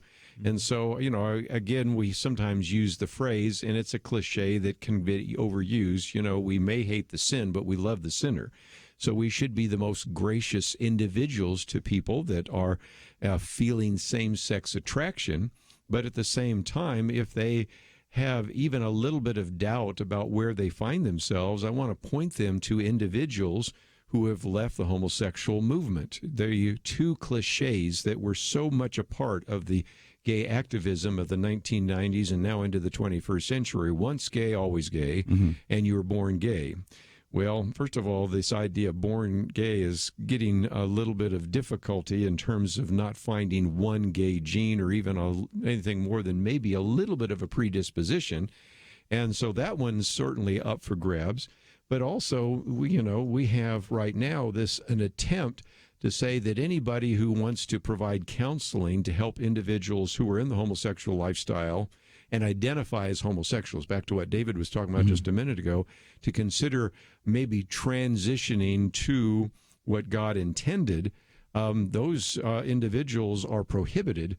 And we're going to be talking about this lawsuit in Florida, because what it essentially says is if you want to help somebody in the homosexual movement to become straight, that is illegal and actually not allowed. But on the other hand, if you have somebody that's straight and wants to, quote, come out of the closet, we'll not only not criticize it, we'll actually fund it. So you can see how the arrow is only allowed to go in one direction. So I would want them to at least know that there is hope, that you can begin to deal with your same-sex attraction, and that's really what God intended. But again, sometimes even when we say we disagree with the behavior, they take that as disagreeing with them in terms of identity. So even if we're the most gracious and loving people possibly, sometimes we're still rejected even with that kind of message, which I think is the kind of message Jesus would have given. I think that's one of the things that I'm always keen on, and I equate this to maybe this is a bad comparison, but when I started my PhD program, one of the things I had to quickly learn, one of the lessons I had to quickly learn, was that my ideas were not my identity, because a part of this was I was putting forward ideas and I was putting forward conversations, and I was getting rejected vehemently and reminded intimately of my ignorance. And so if my ideas would have been wrapped around my identity, I would have considered myself completely worthless, which to some people is what I am. But that's neither here nor that's just speculation. And so, but it helped me to better frame the reality of I had to, one, better understand who I am, and my identity was not wrapped in my ideas. And I think that this seems to be a conversation that we need to have that is worth considering and pressing forward with our gay neighbor, right, David? Like an idea of understanding identity, but then quickly moving on. I would imagine that I can disagree with you on particular issues and we can still be friends. Like I disagree vehemently with my brother regarding sports.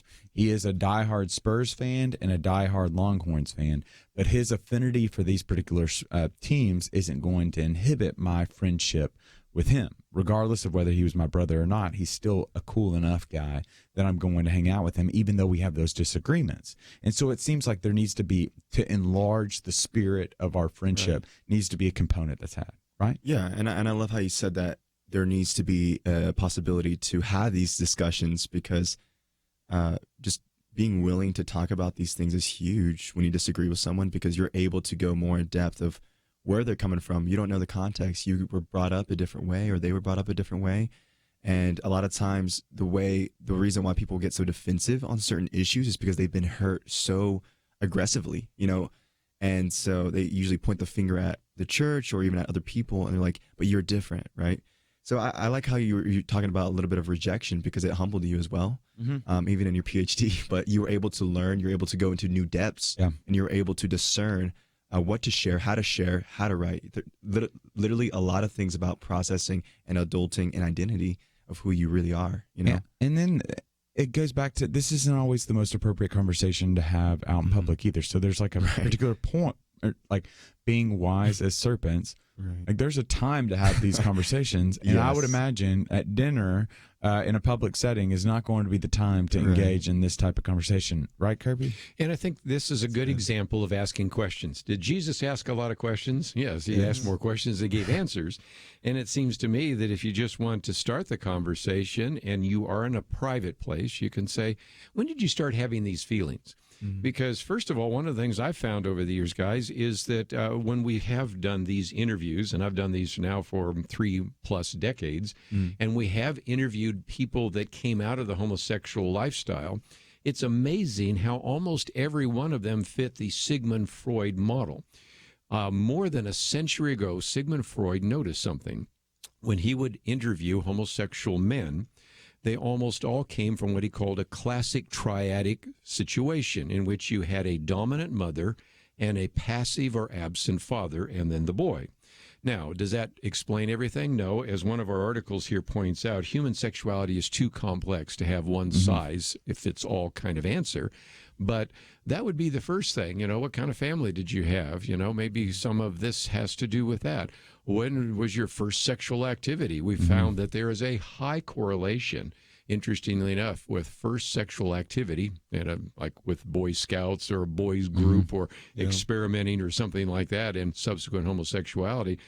You might, as the conversation unfolds, have them go, light bulb goes on. I never thought about this. No, I didn't really choose that in the sense of, one day I said, I'm going to be homosexual.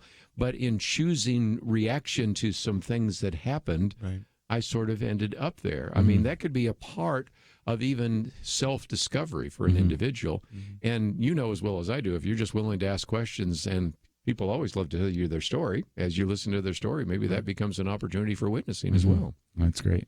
And David, how about in your role at the church, how do you counsel individuals to approach this conversation? I honestly don't get a lot of opportunity to counsel specifically in this conversation. For me, I tend to ask questions, especially for someone who I work with over there at the church who has seen both sides of this. I'm curious because I want to learn. I want to know how to approach a conversation like this so that I could potentially one day counsel. And so for me, it's a really humbling season in that aspect, because they were someone who came from ministry and then went into that and then came out, and then came back to the church, came back to actually know who Jesus is and who they are as a person and stuff. But for me, I'm very encouraged to see that people are addressing this and they're actually open to asking questions and answering questions, because it is a touchy subject that we feel like we have to walk on eggshells, but the choice to not be offended is really remarkable, So for me, I'm just asking questions is where I'm at right now. That's great. So, and we have got to take a break now, but when we come back from the break, we're going to continue this conversation, or rather we're going to shift gears in the conversation, continue a conversation rather. And I'm going to be really interested to talk about this Atlantic piece that we had over the next recession and millennials. And then obviously, as we consider the recession that is potentially could be right around the corner, we talk about millennials. What role does debt have to play in that? And so it'll be a interesting conversation. There are a couple things a couple items I want to direct your attention toward. Kerby has that first item you can direct your attention toward. They put out is it every month, Kerby? Every month you're putting out a book for friends of the ministry. And so one month, Kerby has written a little book on debt. And so you can get your copy of this book by coming alongside and supporting Point of View. And so I want to encourage you over the break to make your way to the Point of View website at pointofview.net and become a friend, a supporter of the ministry. And for a gift, you'll be able to receive once a month some of these articles and some of these books. We'll be back, though, right after this. We live in a digital generation. Point of View is reaching this often overly plugged-in generation with truth. You can keep up with us 24 hours a day using your phone, your tablet, your laptop, or your desktop. Search for the Point of View Radio Talk Show on Facebook, where you can keep up with today's issues, learn about current and upcoming guests by liking us on Facebook. Also, follow us on Twitter. Our handle is @PointOfViewRTS. That stands for Point of View Radio Talk Show. Learn, interact, make a difference with Point of View using new media. And here's one way you can make a big difference. Help us increase our reach by spreading the word among your friends. Share a Facebook post. Tag us in a tweet. With enough joining us to plant seeds, we'll see a tremendous harvest. Come on, it only takes a minute. Search for Point of View Radio Talk Show on Facebook, @PointOfViewRTS on Twitter, and subscribe to the Point of View Radio Talk Show channel on YouTube. Learn, interact, share. The Point of View radio talk show. Point of View will continue after this.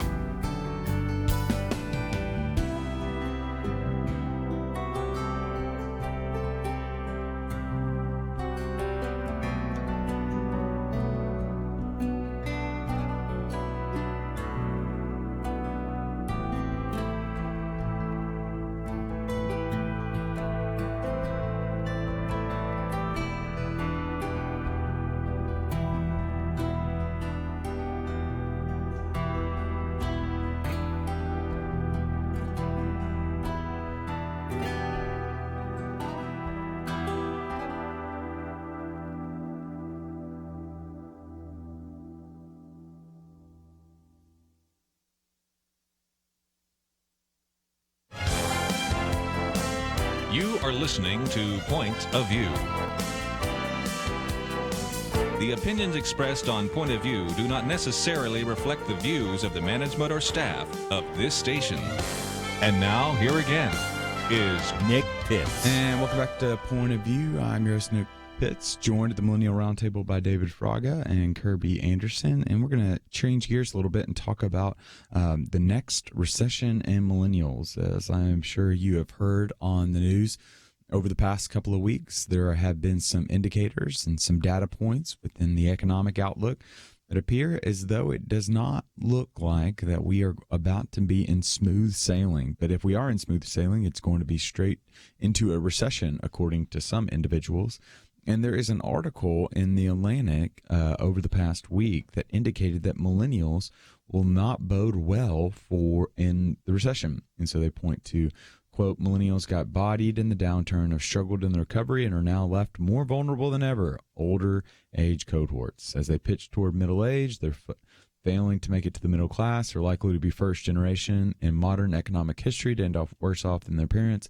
The next downturn might make sure of it, stalling their careers and sucking away their wages as the millennials enter their prime earning years. So, David, when you heard this, your initial thoughts? Yeah, I thought it was interesting just because you see that in the article it talks about how millennials are putting off saving, which I think it's true, but you also I have a lot of friends who, are in the corporate world, obviously, and they're actually budgeting very well. There's a lot of programs, there's a lot of apps actually that when you get a paycheck, it distributes it, equally and to the percentages that you like, and it can even invest. I would say, reading this article, I can see how we're overdue for a recession in a way, but also how I see that a lot, like this generation specifically, there's a huge rise of part-time jobs. There's a huge rise of people wanting to be their own bosses. Small businesses are easier to create more than ever. And so, I don't know. I see that this millennials in the article alludes to the fact that we're at a disadvantage because of our previous generations, but I don't know. I don't see it that way personally. You know? Yeah. I Kerby, I'm a little concerned going into it. I think there's a couple of items that bring concern to me. One is the debt picture of millennials that are making their way into this recession. The second is that, as David alluded to, I would probably say that David is an outlier that has received some type of financial training or financial insight, whereas I think the majority of millennials have not received that type of financial insight. So it does not bode well for them making their way into a recession. Thoughts? I would think so. When we talk about the subject of debt, one of the sections I have there is about student debt. And this is one of the things that I thought the article was very helpful in, and that is, I went to school and had debt, but that was because I went to both undergraduate and graduate school, and you've gone to graduate school. You know how quickly you can run up the debt if you're not careful. But then with the Gen Xers, even though they went to college, only about a quarter of them graduated with student debt. For millennials, more than half of them did, and the average debt load is in the tens of thousands, sometimes up to a six-figure amount. Now, that means that you're not going to be putting any money aside for savings because it's, you have only so much money. It's a fixed pie. For every dollar that goes out for your paying off your student loan is a dollar you can't put out in your 401k. So that's part of the issue. The bigger issue is years ago, they did a study and they asked, if you had to come up with $400 for some kind of crisis. The other day, our washing machine finally went, and it deserved to be buried because it was more 10 years old. And so my wife, when I'm out of town, gets a new washer and a new dryer, and we didn't have to put on a credit card because we could afford to do that. But you recognize that they found that 41% of Americans said, no, we couldn't come up with $400 without putting it on a credit card or having to sell something. It gets up to more than majority. I think it was like 51% who, if they had to come up with $1,000. So you recognize that it isn't just the millennials who aren't saving. It is Americans in general are not saving.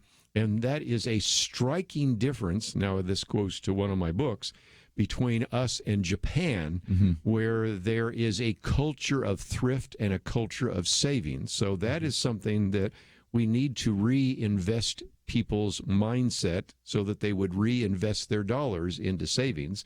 The economy would be in better shape if more people were saving, and people would be in a lot better shape as well, because what does it say in Proverbs?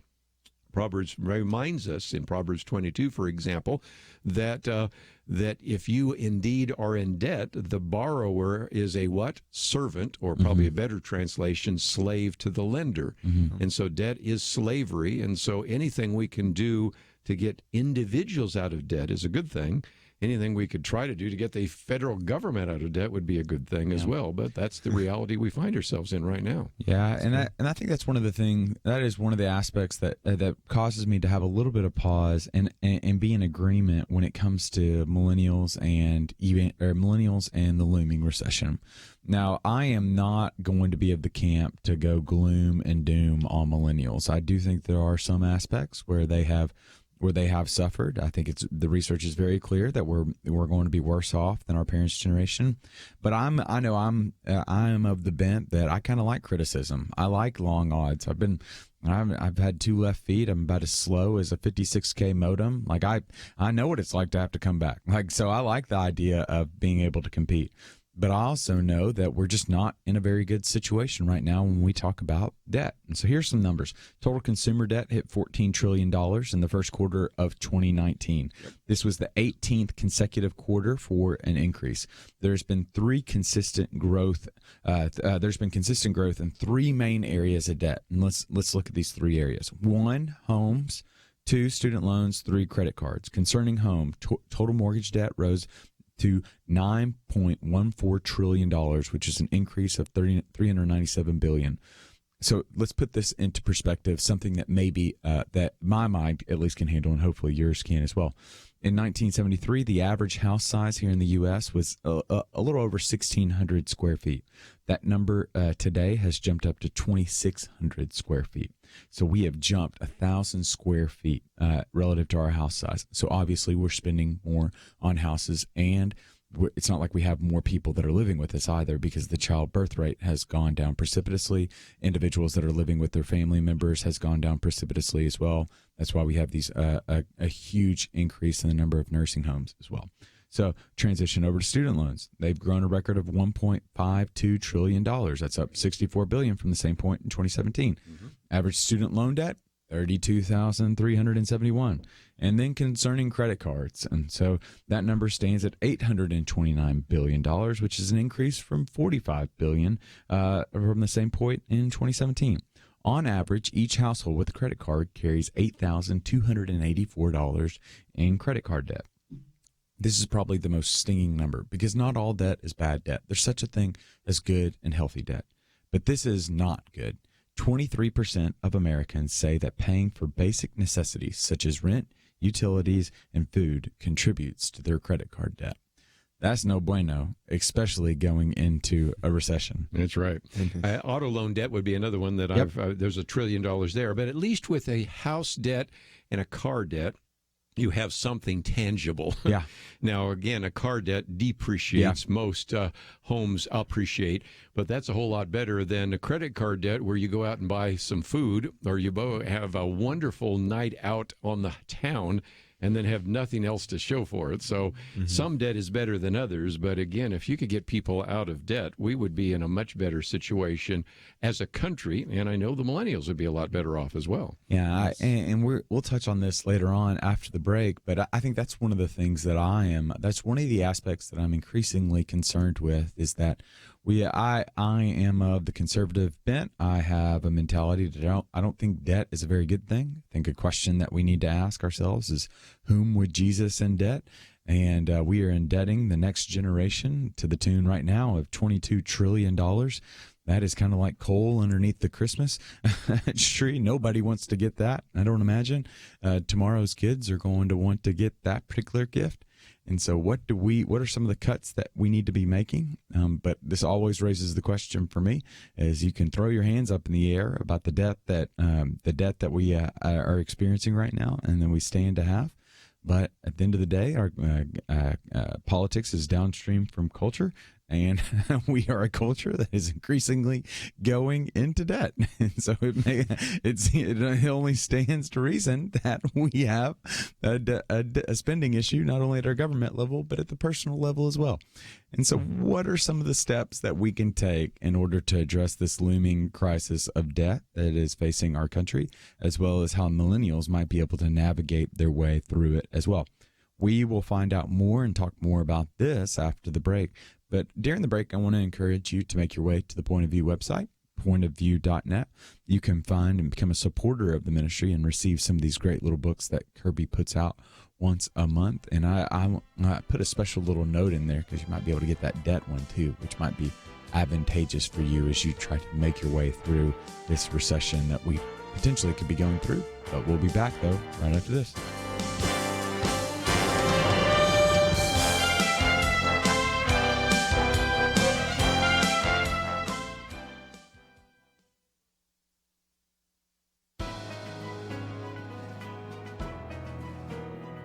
Welcome to the First Liberty Briefing. I'm Jeremy Dice. It may have been a long time in coming, but the Freedom First Liberty Institute secured in the American Legion versus AHA is significant. You'll recall that at issue in the case was the Peace Cross, a World War I monument Gold Star mothers erected to remember 49 sons of Prince George's County, Maryland, who died in the Great War. The idea came in 1919, and the American Legion dedicated it in 1925. Well, everything was fine until 2013 when someone decided that they were offended at the presence of a cross on public property, ignoring the surrounding memorials to other wars in what is known as Memorial Park. In June of 2019, the Supreme Court of the United States handed down its decision. 7 of the 9 justices wrote an opinion, making the decision somewhat difficult to decipher, but the clear majority of 7 justices ruled that the memorial should stay right where it is. The majority opinion, written by Justice Samuel Alito, explained that the fact that the memorial bears religious symbolism does not mean the memorial must be destroyed or moved to private property. That is all the more true when memorials age and become a central part of the community itself. The passage of time, Justice Alito wrote, gives rise to a strong presumption of constitutionality. Well, in our next episode, we'll explore what this strong presumption of constitutionality means today. Meanwhile, to learn how First Liberty is protecting religious liberty for all Americans, visit firstliberty.org. Students and teachers are being told that prayer, Bibles, and religion are illegal in public school, but that's not true. Learn the facts. Read your free Religious Liberty Protection Kit for students and teachers at firstliberty.org right now. Don't let anyone steal your freedom with bad information. Get your Religious Liberty Protection Kit for students and teachers at firstliberty.org. That's firstliberty.org.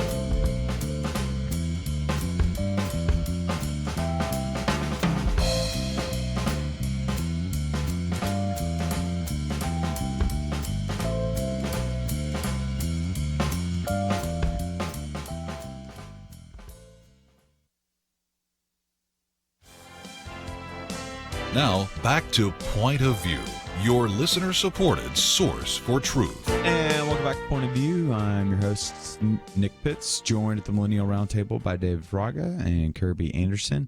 And we have been talking about the debt crisis that is plaguing the U.S. and then the potentially upcoming recession that we are about to make our way through. And that raises a question that I think, David, I'm really interested to hear your take on, is this idea of navigating between good debt and bad debt. As we've already seen through the numbers, there is a rise in the credit card debt, upwards of $8,000 that the average American has that owns a credit card. There is a 23% of Americans say they have to use their credit card to afford basic utilities and shelter. There's the rise in the auto loan debt that Kerby illuminated. There's a rise in the housing debt. There is a rise in student loan debt. Right. But not all debt is created equal. There are good debts and there are bad debts. So help us process through that for a little bit. Yeah, I was mentioning earlier that a lot of people don't come from a background of financial literacy, and it's not their fault, honestly. A big part of it, though, has to be a desire to want to figure it out, organize a little bit. And there's also so many avenues in order to, quote unquote, have that good debt, right? But the reality of it is it's a long-term game when you are trying to obtain assets for you in the future, and to have that good debt per se.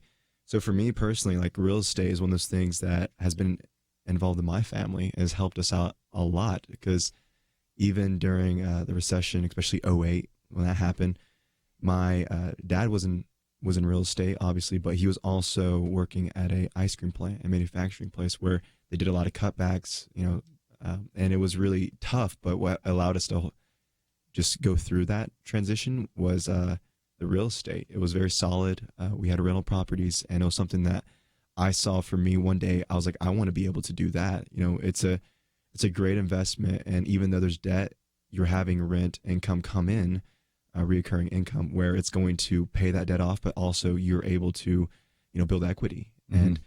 And that's such a big word. I feel like it's thrown around these days, having professional equity or having, financial equity or whatnot. But I would say it's really important to evaluate your intentions when it comes to that, and just understanding that it is a long game when it comes to where you're putting your debt into, because yes, you're going to spend money, and yes, you're transitioning and you have to buy a car, house, or whatever, pay for rent. But if you're going out all the time and you have to learn to say no, and I feel like that fear of rejection, especially for a lot of millennials, is something we don't know how to deal with and put boundaries on. And it's going to affect not just short term of that instant gratification, but long term. Mm-hmm. It's going to really affect your relationships, put a stress on you that's not meant to be put on you. And for me personally, it's just being wise, and a lot of times, yeah, you're going to make some mistakes. You're going to ask for help, and you're like, okay, I'm really trying to get out of this and figure this out. But I feel like that's part of the process of growing, and not just continually falling back into that pit of just debt, bad debt, Yeah. So Kerby, there's a delineation to be made between good debt and bad debt. So Yes. a car loan isn't necessarily always the best type of debt to be in. No, it would be better because it's a depreciating asset. Yeah, At least it's right. an asset, so I'll give you partial credit for that. Yeah. But, the best investments are things like generally stocks and bonds and real estate and those kinds of things. Now, a lot of people, over the years, not so much now, but in the past, said, well, Christians can't go into debt. And they'll take Romans 13:8, which says, owe nothing to anyone, out of context. Now, the first answer to that is very simple, and that is if debt is something that Christians or believers are never to engage in, why is it that the Scriptures spend so much time in the Old Testament and even a little bit in the New Testament talking about debt? So that's not the case. But I think there is a need for wisdom and prudence. Now, I know those words sound like something that belonged to the 19th century with buggy whips, right? I think I saw that on Handmaid's Tale. I think they used those words there. But that's what we need. And it seems to me that, again, we're looking for application. I think, first of all, it would be really good if a church from time to time would allow the pastor to address the issue of money. Pastors tend not to do that. And David, you understand that. Nick, you understand that as well, because it looks like, well, we're asking for money. But, the Bible spends a lot of time talking about money. And when we don't, then we're basically shuttling them off to somewhere else to learn about money. Not a good thing to try to learn from a credit card company that wants to sell you another credit card. And it's certainly good that we have some of these great ministries, which we've had on this program before, to help you look at Christian perspectives on money investing. But it seems to me that there would be a place for that to be addressed from the pulpit. Number two, there's some godly men in the church who have been able to handle money well. And we did a program just recently with Bill Hendricks on mentoring. And it does seem to me that some of you guys need to stand up, step up, and recognize that in Titus 2, it says that older men are to mentor, disciple younger men. And there are some mistakes probably being made right now in your church. And if you have been blessed by financial wisdom, you need to pass that financial wisdom on to a generation whose understanding of economics sometimes comes from the commercials they see on television, and probably not the best place to learn. So I think there's some really good application points here as we're talking about debt. And back to the key point here, we may be headed for a recession. I hope not. The economy is still pretty strong. I know there are going to be some people that don't like Donald Trump that are going to probably do what they can to make the economy tank, because they recognize that that may be the easiest way to defeat Donald Trump next year in the election. But at the same time, this still is a place where investments are strong. Even this article that we have here, and people can read it on our website, trade war is dragging on. Well, first of all, we hope it's going to go away. The yield curve is inverting. Okay, I recognize that. Investors are fleeing to safety. Not really. Still, one of the best places to invest your money is still the United States of America. So even the cut line there is something I don't completely agree with. So we'll see where it plays out over the next couple of months. One of the common refrains I have on Twitter whenever I want to express my... It's just a kind of a blanket. I can either use it passive aggressively to show how much I'm not a big fan of what's happening, or I can use it just when I'm at a loss for words because I love what's happening. So what a time to be alive. What a time to be alive. And I love this time right now. And I know that we have our problems here in the U.S., and I know there's a looming financial recession that is probably going to characterize us for the next little stretch. But my goodness, I just have a ton of faith in the American system right now. I think that there's just a lot of opportunity in a free market capitalistic system, that if you can provide a service, if you can provide a product that is needed from someone else, there is a great value that you hold in this system. And from a biblical perspective, we believe it to be true that God has grafted and shaped and fashioned us in such a way that we have an opportunity to be able to tame and to exercise dominion over our particular plot of land that he's given us. And the landowner is away right now, but he has given us skills and talents in order to deploy for the glory of his name, for the good of our communities, and for the joy of our soul. Yeah, there's a lot of things to look bad. It kind of looks bleak out there. But my goodness, what a time to be alive when we have the freedom to be able to utilize those God-given gifts. And we know the truth that God does not withhold any good things from those he loves. But so we've got to come to an end for today's program. And so, David, thank you so much for joining us. Really appreciate it. Yeah, absolutely. Thank you guys for having me. And Kirby, so good to be back here with you. Great to see your smiling face. We need to see your smiling face more often here, except on computer. Okay, if you insist, I will be over for dinner tonight. Okay, that'd be great. And so, you're invited. Well, thank you all so much for tuning in to Point of View. Want to give a special thanks in the back. We've got Andrew and we've got Steve in the back making this thing happen. And then for you all, we thank you so much and want to encourage you to go to the Point of View website at www.pointofview.net. There you can find information on Point of View as well as some old episodes and articles that we reference, and figure out ways to come and support what we do. We would be grateful. And so we will see you back here tomorrow. From Affirm Films, Provident Films, and the Kindred Brothers comes Overcomer. John Harrison is a frustrated coach questioning his value until he crosses paths with a student struggling on her own journey. What have you allowed to define you? When you find your identity in the one who created you, it'll change your whole perspective. Overcomer, starring Alex Kendrick and Priscilla Shirer. Rated PG. Parental guidance suggested. Now playing. More information is available at overcomermovie.com.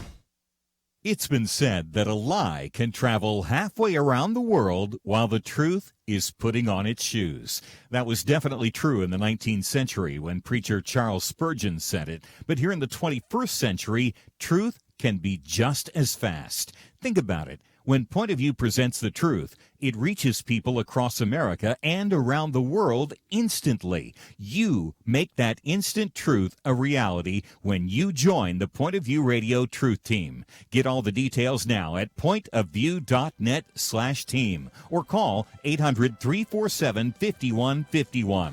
pointofview.net/team and 800-347-5151. Point of View is produced by Point of View Ministries.